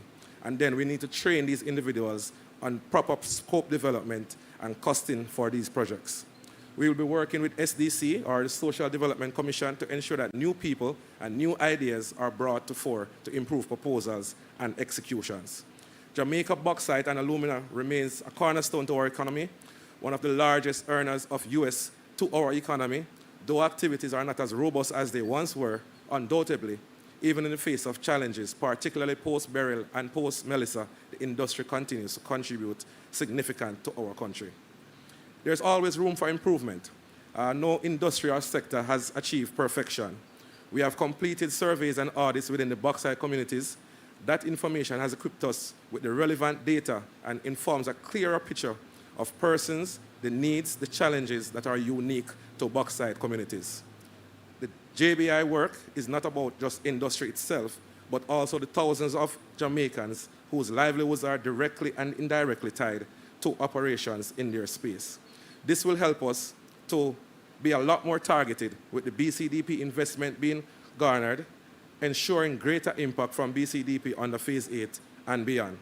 At the same time, we are aligning our strategy with Vision 2030, our roadmap to becoming the place of choice to live, work, raise families, and do business.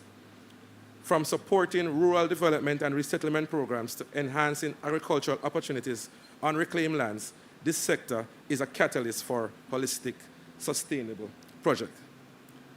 In so doing, I regard it as our national duty at JBI that collectively we uplift, empower, and invest in our bauxite communities. Strategic partnerships will be essential, and we see some of the partners here today, GSF, RADA, GISCO, but an opportunity that I have seen is the partnership between JBI, BCDP, and the bauxite entities themselves. There's an entire room or entire house of opportunity for improvement to widen the impact of community-based programs. And we can look at the app that we have. The bauxite communities themselves can adapt that principle and kind of showcase how they support the communities that they operate in.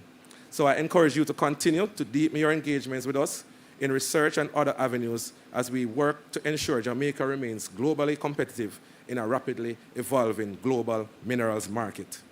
The BCDP Steering Committee and Advisory Board, as Director South went through how it is managed, provide governance, ensuring that the project selection is consultative, data-driven, and aligned with the needs of the community. More importantly, then, we can speak on the partnership we form with the agencies, commitments we honor to our individual spaces, to our workers, to our host communities, and the generations that will inherit the land after us. Thank you.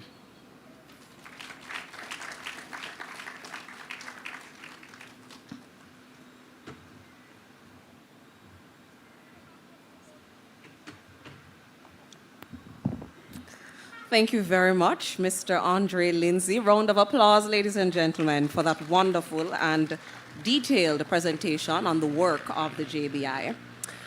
We have some additional special guests. I noted that we have here with us the Managing Director of the Jamaica Bauxite Mining, Mrs. Donna Howe. Please, welcome. Thank you for joining. And also Mr. Omar Sweeney, Managing Director of JSIF. Welcome. The entertainment isn't over just yet. We have some special ladies from the Newell High School with a cultural interlude. Ladies, please make your way to the stage.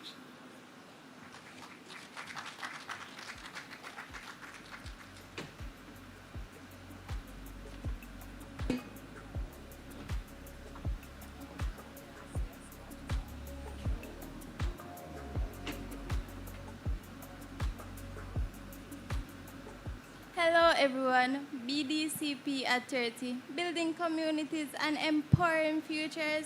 Where we are from, we do rehabilitation work to restore many areas by planting orchard trees, especially mangoes and ackee. Listen to this. Good morning.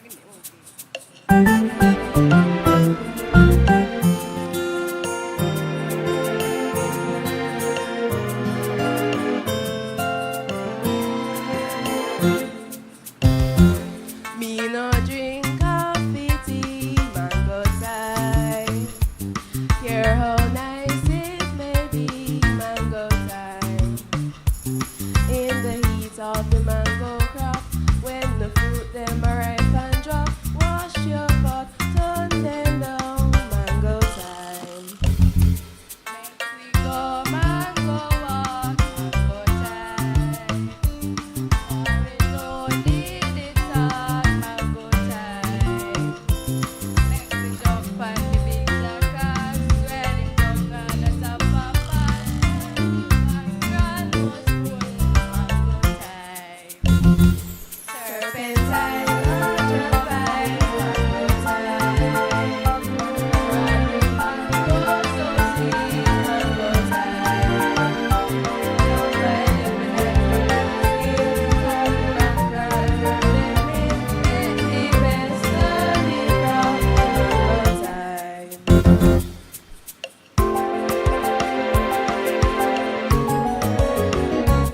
Me no drink coffee, tea, mango time. Hear how nice it may be, mango time. In the heat of the mango crop, when the fruit them are ripe and drop, wash your pot, turn them down, mango time.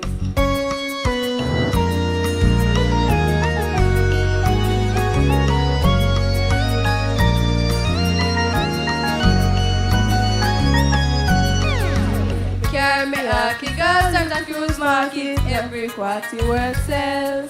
Me carry me a kick out Santa Cruz Market, every quarter worth sell. Oh Lord, we sell off every bite. What a Saturday night, oh Lord, we sell off every bite. What a Saturday night. Everybody come feel up where them woman no bring.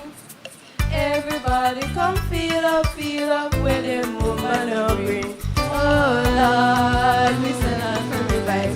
What a Saturday night, oh Lord, we sell off every bite. What a Saturday night. Everybody come feel up every quarter was sell. Everybody come feel up every quarter was sell. Oh Lord, we sell off every bite. What a Saturday night, oh Lord, we sell off every bite. What a Saturday night.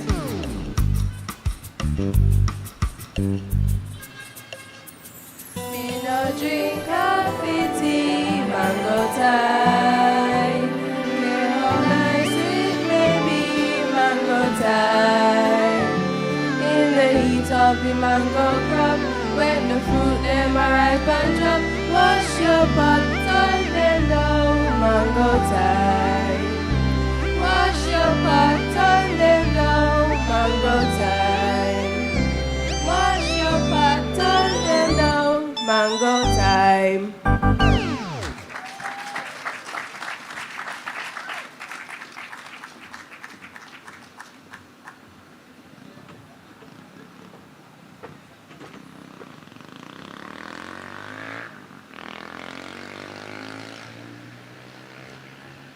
Aren't they lovely? Thank you, ladies. So, earlier, you would have heard numerous presentations referencing our key partners. We are at the point in the program where we not only acknowledge Mrs. Sharice Walcott, Commissioner of Lands of the NLA, one of said key partners, but we also invite Mr. Omar Sweeney, key partner perspective, to share with us of the JSIF. I think I said that wrong.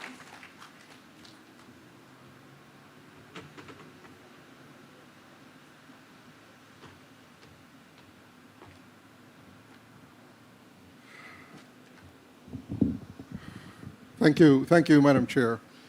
It's been a long morning, I can imagine. I wanted to start by saying as a Woolmerian, I love this decor. Whoever started the JBI must have been Woolmere. Honorable Minister Floyd Green, Honorable Frank Witter, members of Parliament, Mr. Lindsay, other distinguished guests present, the members of the media, members of the JBI, good morning, good afternoon.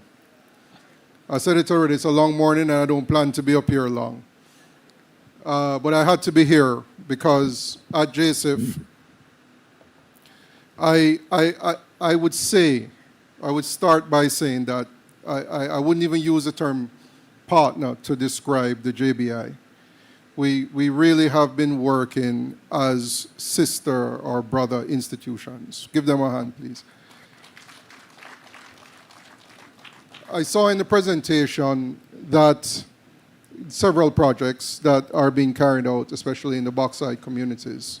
And we have a specific engagement, and that engagement is more around the projects related to agriculture and repurposing mined out bauxite lands. And I would say to you that it was somewhere around 2010 where we were first engaged by the JBI to participate in the program. And I know Mr. Osborne, who was recent, I missed your honor, sir, and I share in that excellent honor you've received. But at that time, they were trying to convince us that this was a good thing. And we went out to Tobalski and saw the greenhouse. At the time, it was like they were, I don't want to say, Minister, they were cutting down trees, but they were repurposing lumber to make up this the greenhouses. And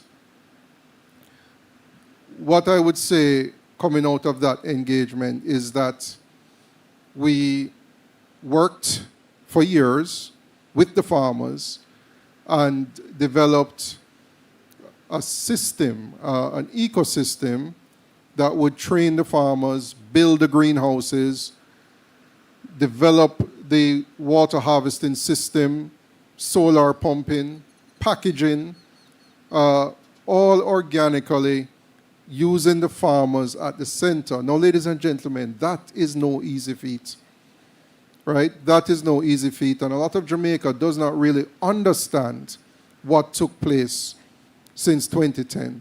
What took place since 2010 under this program was more than 180 greenhouses developed under the program. What took place was that greenhouses in Jamaica, or if you want to say sheltered farming infrastructure in Jamaica, increased by more than 50%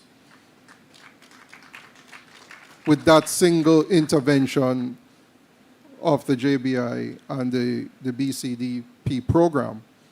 Now, what that meant was we had to train farmers who were traditionally open field farmers, and not only train. Before we got to the training, I see many farmers here, but they will testify that before we got to the training, we had to convince them that this was the thing they needed to be doing, right? Because culturally and practically and economically, they were realizing rewards.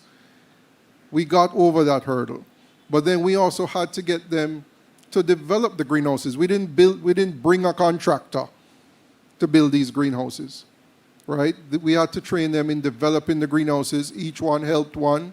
So if we built a cluster of 20, everybody contributed to the development of the 20 greenhouses. What that does, that helps the maintenance. It helps future development. In some clusters, some farmers built beyond what the government provided.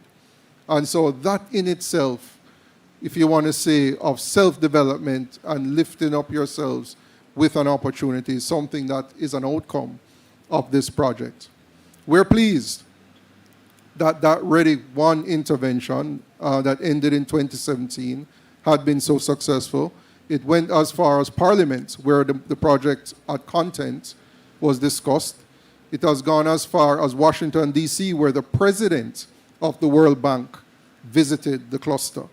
And so this project certainly has had the sort of impact that I would say to you is international.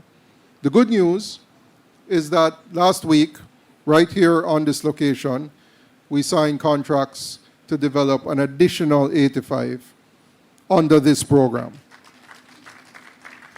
Right? More than 800 farmers will ultimately benefit under this program.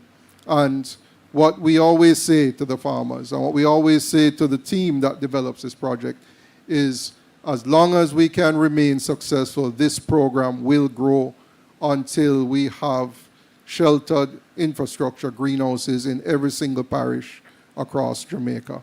Ladies and gentlemen, JSIF is proud. JSIF is proud to be a partner. We're proud to celebrate with you here today, 30 years. And we do know that we are here standing with you, Mr. Skyers. I see you in the back there. Original foundation development person as well. We do stand here with you to build this program from strength to strength. And so, once again, thank you for the invite and thank you for the opportunity.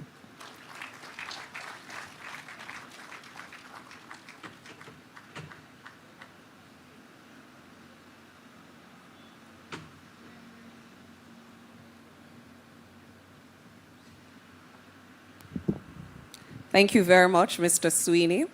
And just to note, the work that the JBI does with JSIF as it relates to agriculture on mined-out lands is largely in part possible to the JBI plant nursery that has a display up at the back, where we provide seedlings to our farmers in the Bauxite community councils, and we also have them available for sale for persons who are interested in backyard farming or any other agricultural activities. So please, at your leisure, feel free to patronize the JBI plant nursery. At this point in the program, we would like to introduce a man that really needs no introduction. He's a son of the soil, a son of Saint Bess, as he often says.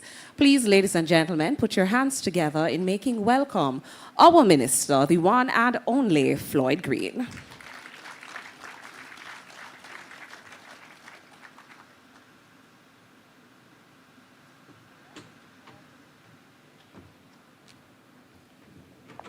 Thank you very much to our Master of Ceremonies. Can we give the JBI a big round of applause?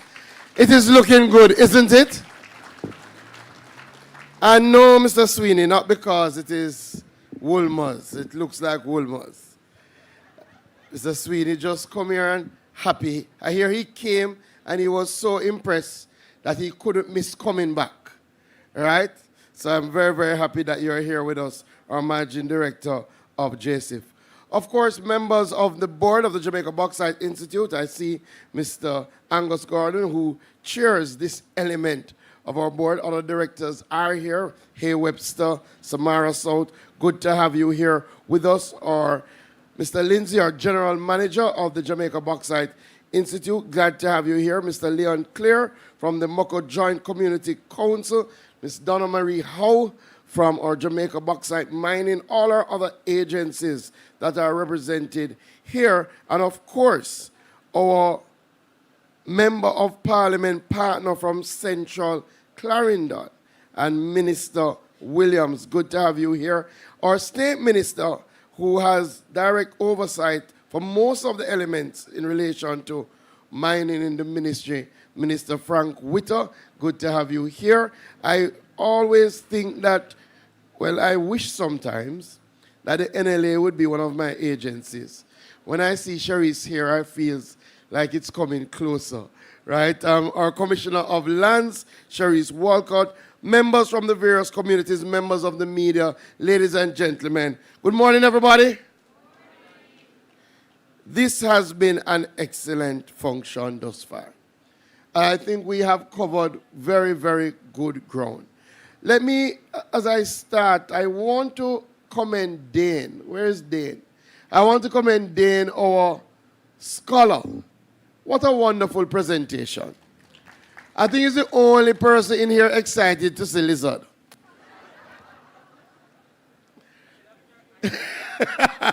No, but I think in Dane's presentation, we all felt why these scholarships are so important. And he started by saying something. If it was determination for him to be able to pay his school fee, he would have made it, but it's not determination. It needs resources of this nature.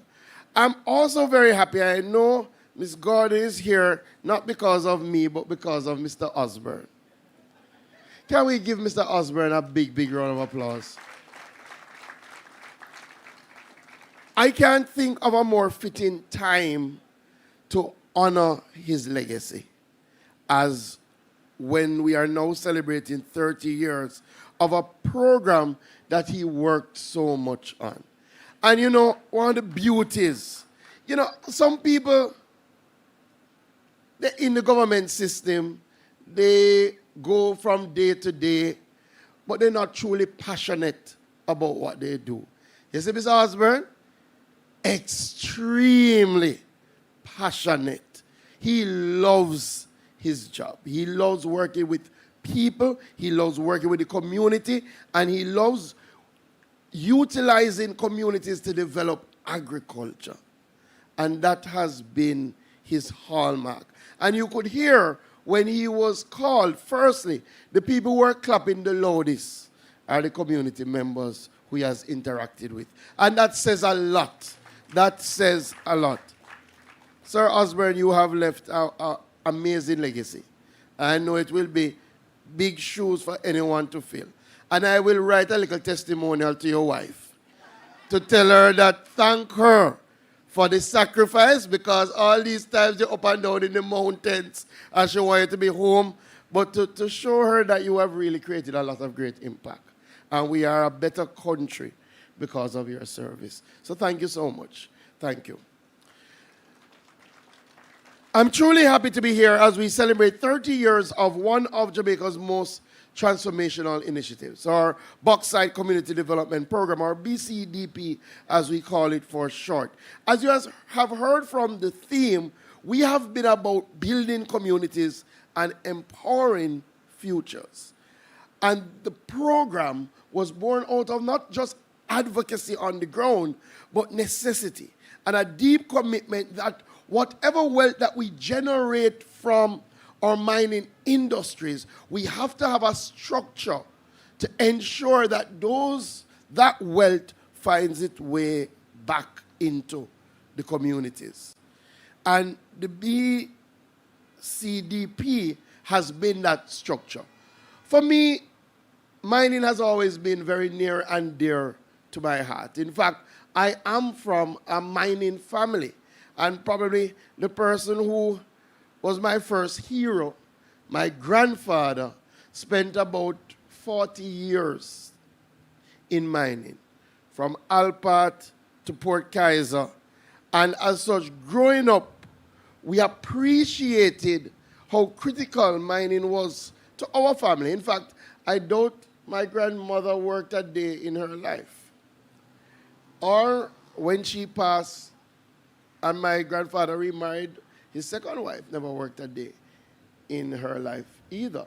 It was the resources from mining that sent all the children through college, that all the boys went and then worked in Alpart. In fact, I heard Mr. Lindsay say it.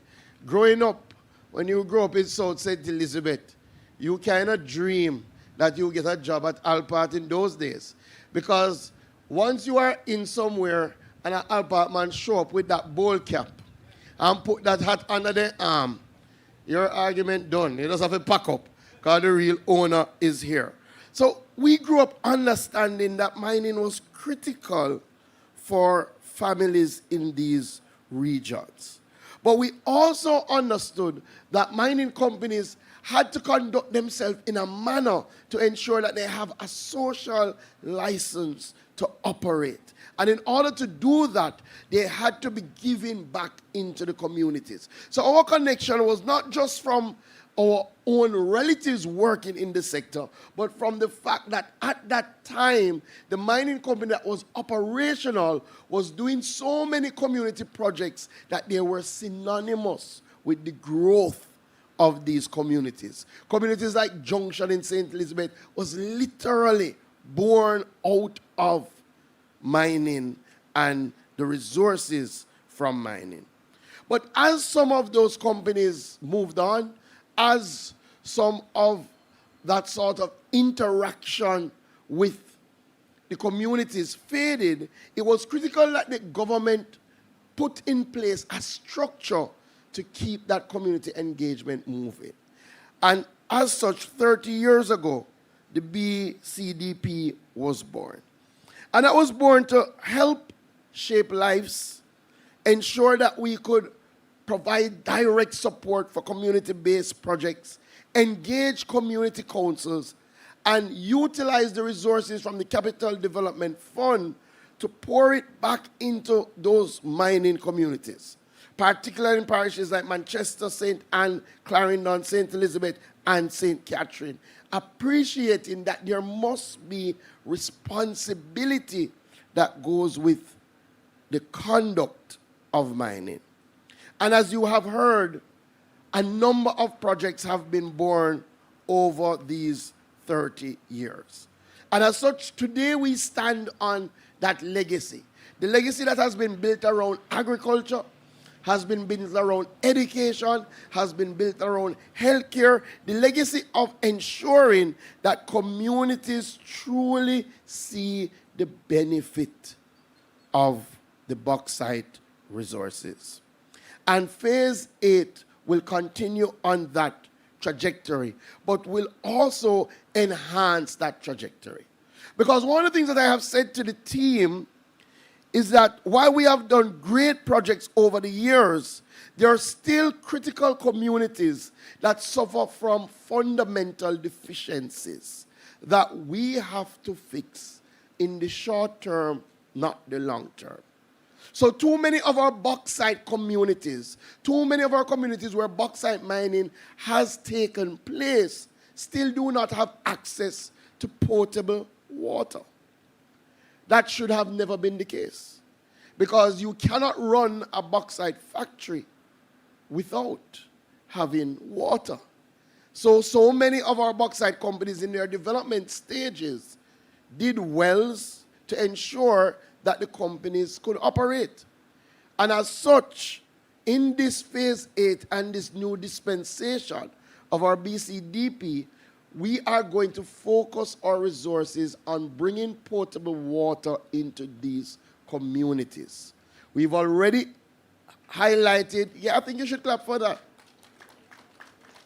We have already highlighted a project in Hammonds that we are actively working on with the team from Jamaica, that we want to ensure under this phase, the people in that community will be able to turn on their pipes and get that potable water. And I've asked the members of parliament in areas in which mining has occurred that they still do not have access to water to send in those requests so that we can craft projects to bring water into those areas. Additionally, as you have heard, we're going to continue our drive in agriculture. And it's not because clearly we are now the Ministry of Agriculture and Mining, but for a long time we know that in the majority of these rural communities, the mainstay of their economy is agriculture. And as such, the best way to give back into these communities is to ensure that their farmers are able to invest in their agricultural enterprise.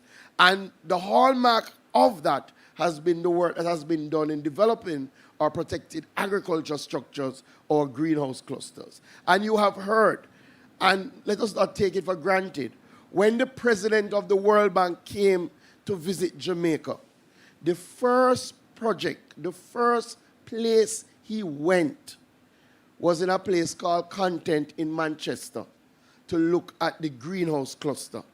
And as he toured, that was his first on the ground from the airport going to Content, and as he toured, he said, this is a model that should be replicated all over the world. Because, no, I think we should be happy about that. Because, again, the beauty of that model is using farmers in the area. They come with their sweat equity. We put in some resources with partnership with JCF and the World Bank. We use the pits to harvest the water and use that to supply the greenhouses. They use communal days to work in the greenhouses. And what that has shown is significant return on investment. In other words, these clusters have made a lot of money for the people. And I think that's what the World Bank president was so surprised about. He stopped with one of the ladies and said, how has this been? And she said, sir, let me tell you the truth. I send my children to university with no student loan because of what you're looking at. That is the transformational nature of these projects.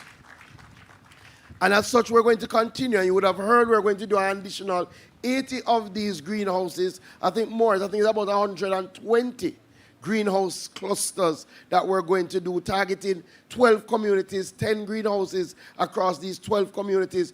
But we are also going to be working with the existing clusters, because coming from Hurricane Melissa, about 91 of our greenhouses that we established were damaged.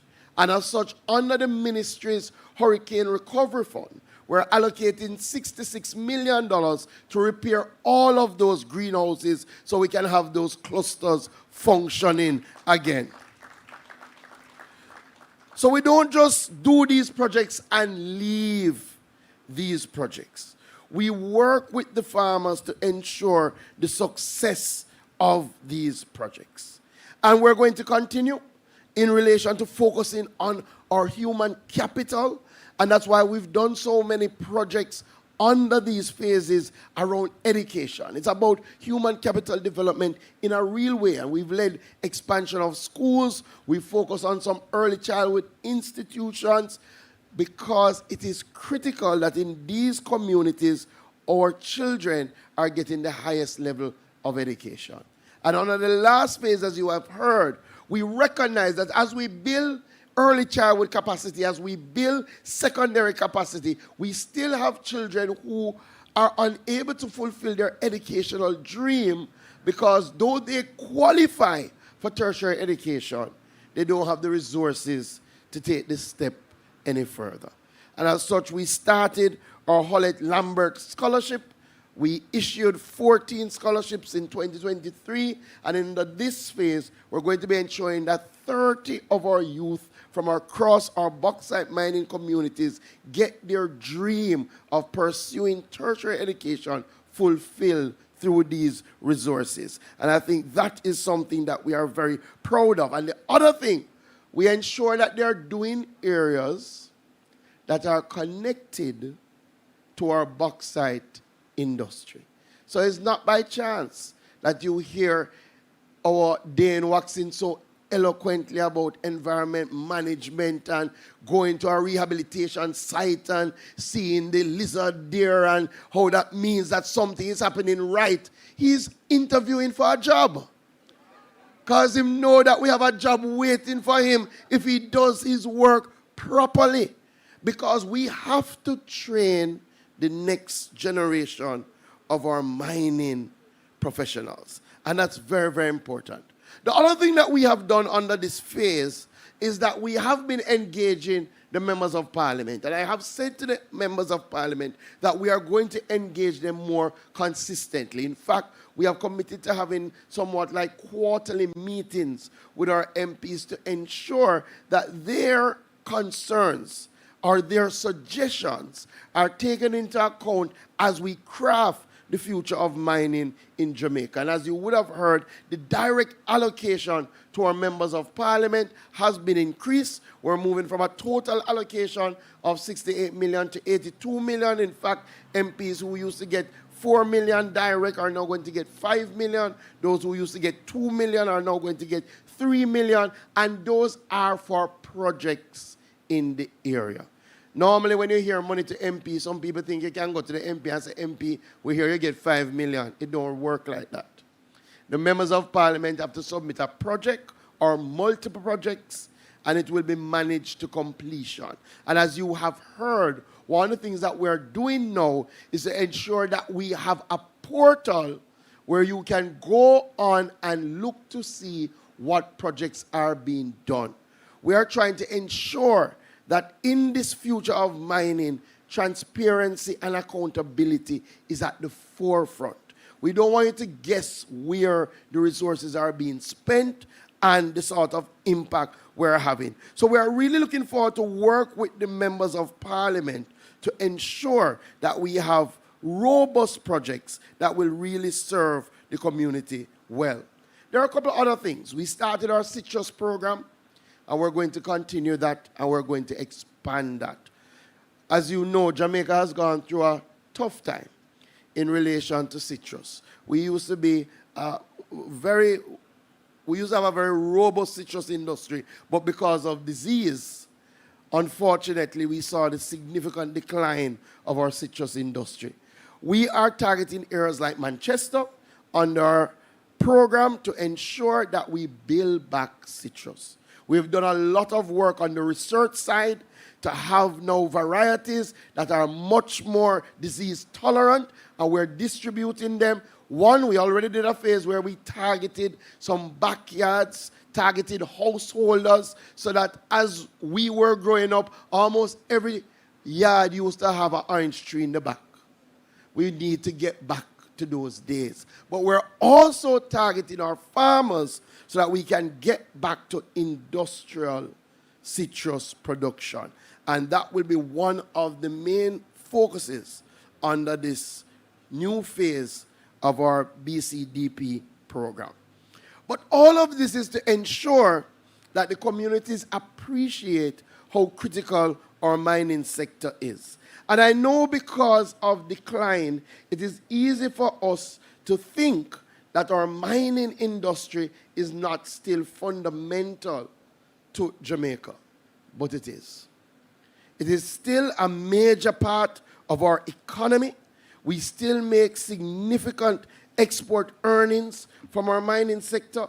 In fact, in 2025, our mining sector contributed US $612 million in exports.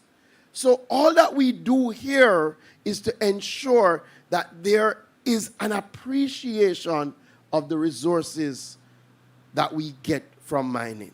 And we are now looking at the future of our mining industry.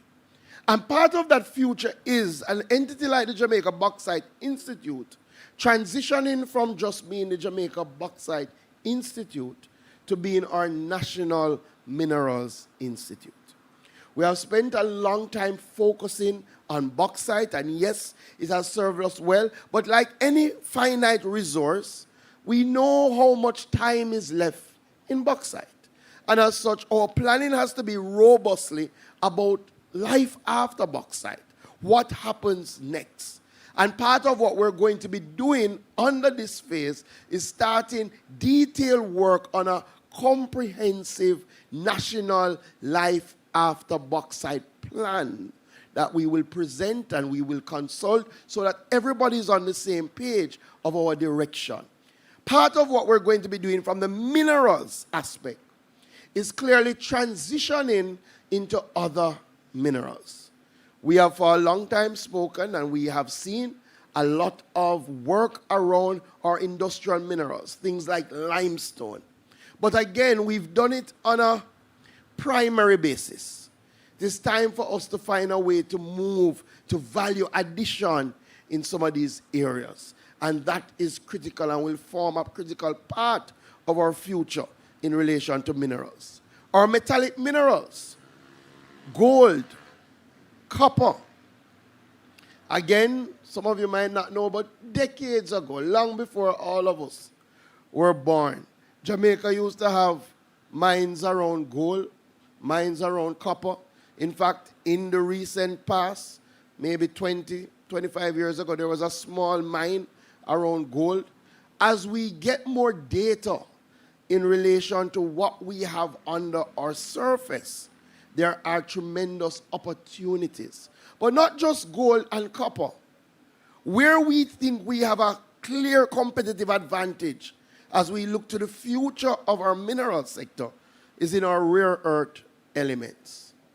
Again, we all know for a long time that while bauxite is a critical element, there are other elements left in that red mud that have become so essential to everyday life that we as a country have to now ensure that we have an appropriate framework to utilize those elements. Again, we had a pilot program some years ago around extracting rare earths from our red mud. Never went so well, cost of energy, a number of different things, but that was 20 years ago. Technology has advanced significantly since that. And I can tell you, I'm just coming from the Prospectors and Developers Conference in Canada, and all the conversation is about rare earth elements. And the truth is, when you look in the North American belt, from the US down to South America, include the Caribbean, probably no country has the potential for rare earth elements like Jamaica. And the beauty is that in treating with those rare earths, we would also be solving a problem, which is our red mud. And that is an area of focus for the government and for the ministry as we move forward. So there are exciting times on the horizon. The best of our mining sector, some would want to believe, is past us. But I want to believe that the best is still yet to come. The beauty is that we have learned a lot from the times that are past. And if mining happens outside of or in spite of the community, it cannot last. Mining has to be an initiative that the community embraces. And the only way to do that is to ensure that the communities that have mining are shop windows. You look at them and you see how mining has enhanced their life. And that is what this phase of the BCDP will be about. Ensuring that these communities can show through their resilience, through their transformation, through their impact, that mining has, in fact, enhanced their lives. So we look forward to phase 8, and more than that, we look forward to continuing to transform lives across our mining communities. Thank you, everybody.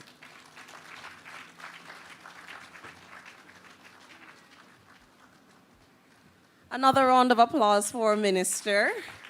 Thank you so much. We're asking Minister Green to remain on stage as we will present him with another tangible form of the bauxite industry's impact via the eponymously named BCDP Impact Magazine, to be presented to him by the chairman of the Bauxite Community Development Program, Mr. Angus Gordon.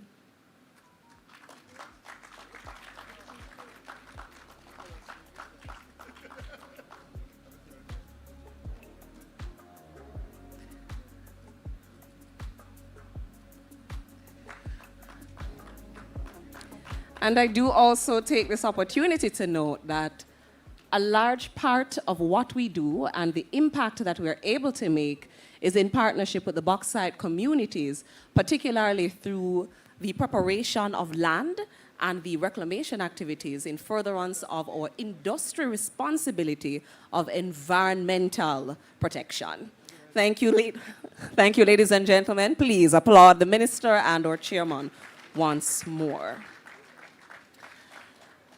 We are at the point in our program where the closing remarks will be delivered in short to really culminate what has been an excellent day.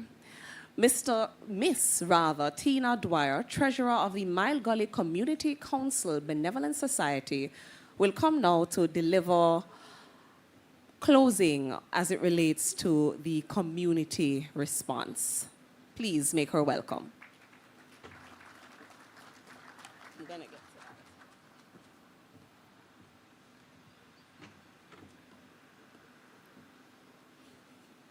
all protocols observed. Distinguished guest, Honorable Minister Floyd Green, key partner Mr. Omar Sweeney, General Manager of the Jamaica Bauxite Institute, Mr. Andre Lindsay, and the dedicated staff of JBI, community representatives from our bauxite parishes, ladies and gentlemen, good afternoon.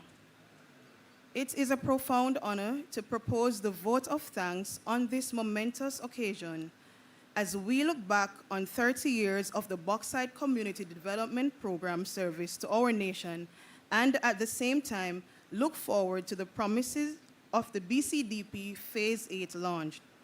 My heart is filled with gratitude, and I can imagine the very same for my fellow community representatives from the bauxite parishes of Manchester, Clarendon, St. Anne, St. Elizabeth, and St. Catherine. Firstly, I want to thank our guest of honor, Honorable Minister Floyd Green, Minister of Agriculture, Fisheries and Mining, for gracing us with his presence and in his insightful address. Sir, your words have not only highlighted the past achievements of the BCDP, but have set an inspiring tone for the work ahead in Phase 8. A special thank you to the partners, including Mr. Omar Sweeney, whose unwavering support and collaboration have made the Bauxite Community Development Program a beacon of hope for sustainable life after bauxite. In addition, a debt of gratitude is owed to the joint Bauxite Community Councils. Your dedication to identifying project needs, from greenhouse farming to infrastructural work, ensures that the BCDP truly reflects the needs of our communities. To the management and staff of the Jamaica Bauxite Institute, today's event reflects your hard work and dedication. Thank you for strategically planning this celebration and for ensuring that the legacy of the BCDP continues to uplift Jamaicans. To our farmers and other community members, you are the heart of this initiative. Thank you for your active participation and for making this event a success with your energy and enthusiasm. As we close this chapter of our anniversary and launch of Phase 8, let us carry the spirit of partnership and development forward. Together, we are ensuring that the benefits of our natural resources are felt by all. This happens through education, agriculture, and infrastructure. Thank you for creating this memory and for being present on this historic day. Let us continue to grow and to work together.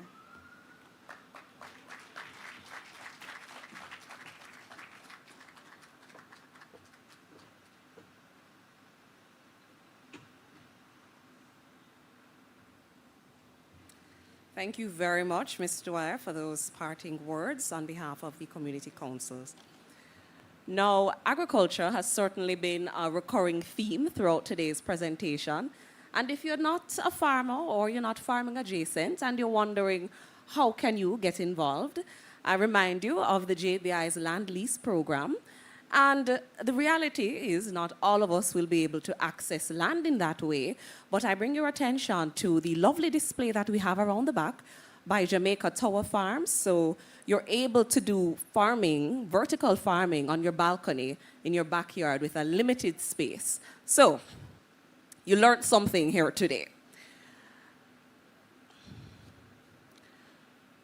Now, 30 years ago, a commitment was made. And today's program is evidence of the BCDP's commitment to having kept that promise.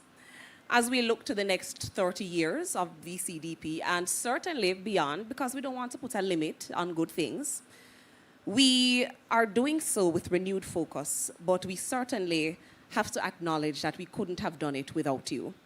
To our partners, our community councils, management and staff of the JBI, members of the media, we thank you for your continued support, and we look forward to it for the many, many years to come.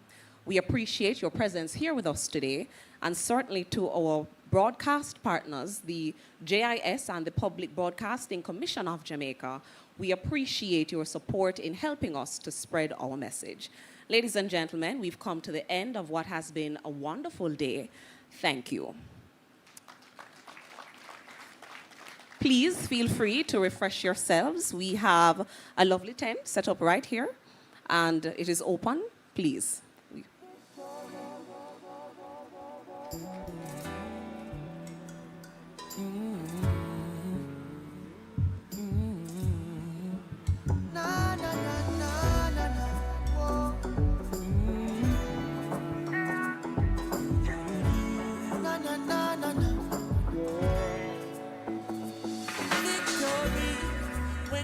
It's a sweet story, and when you're not, then the war is bitter.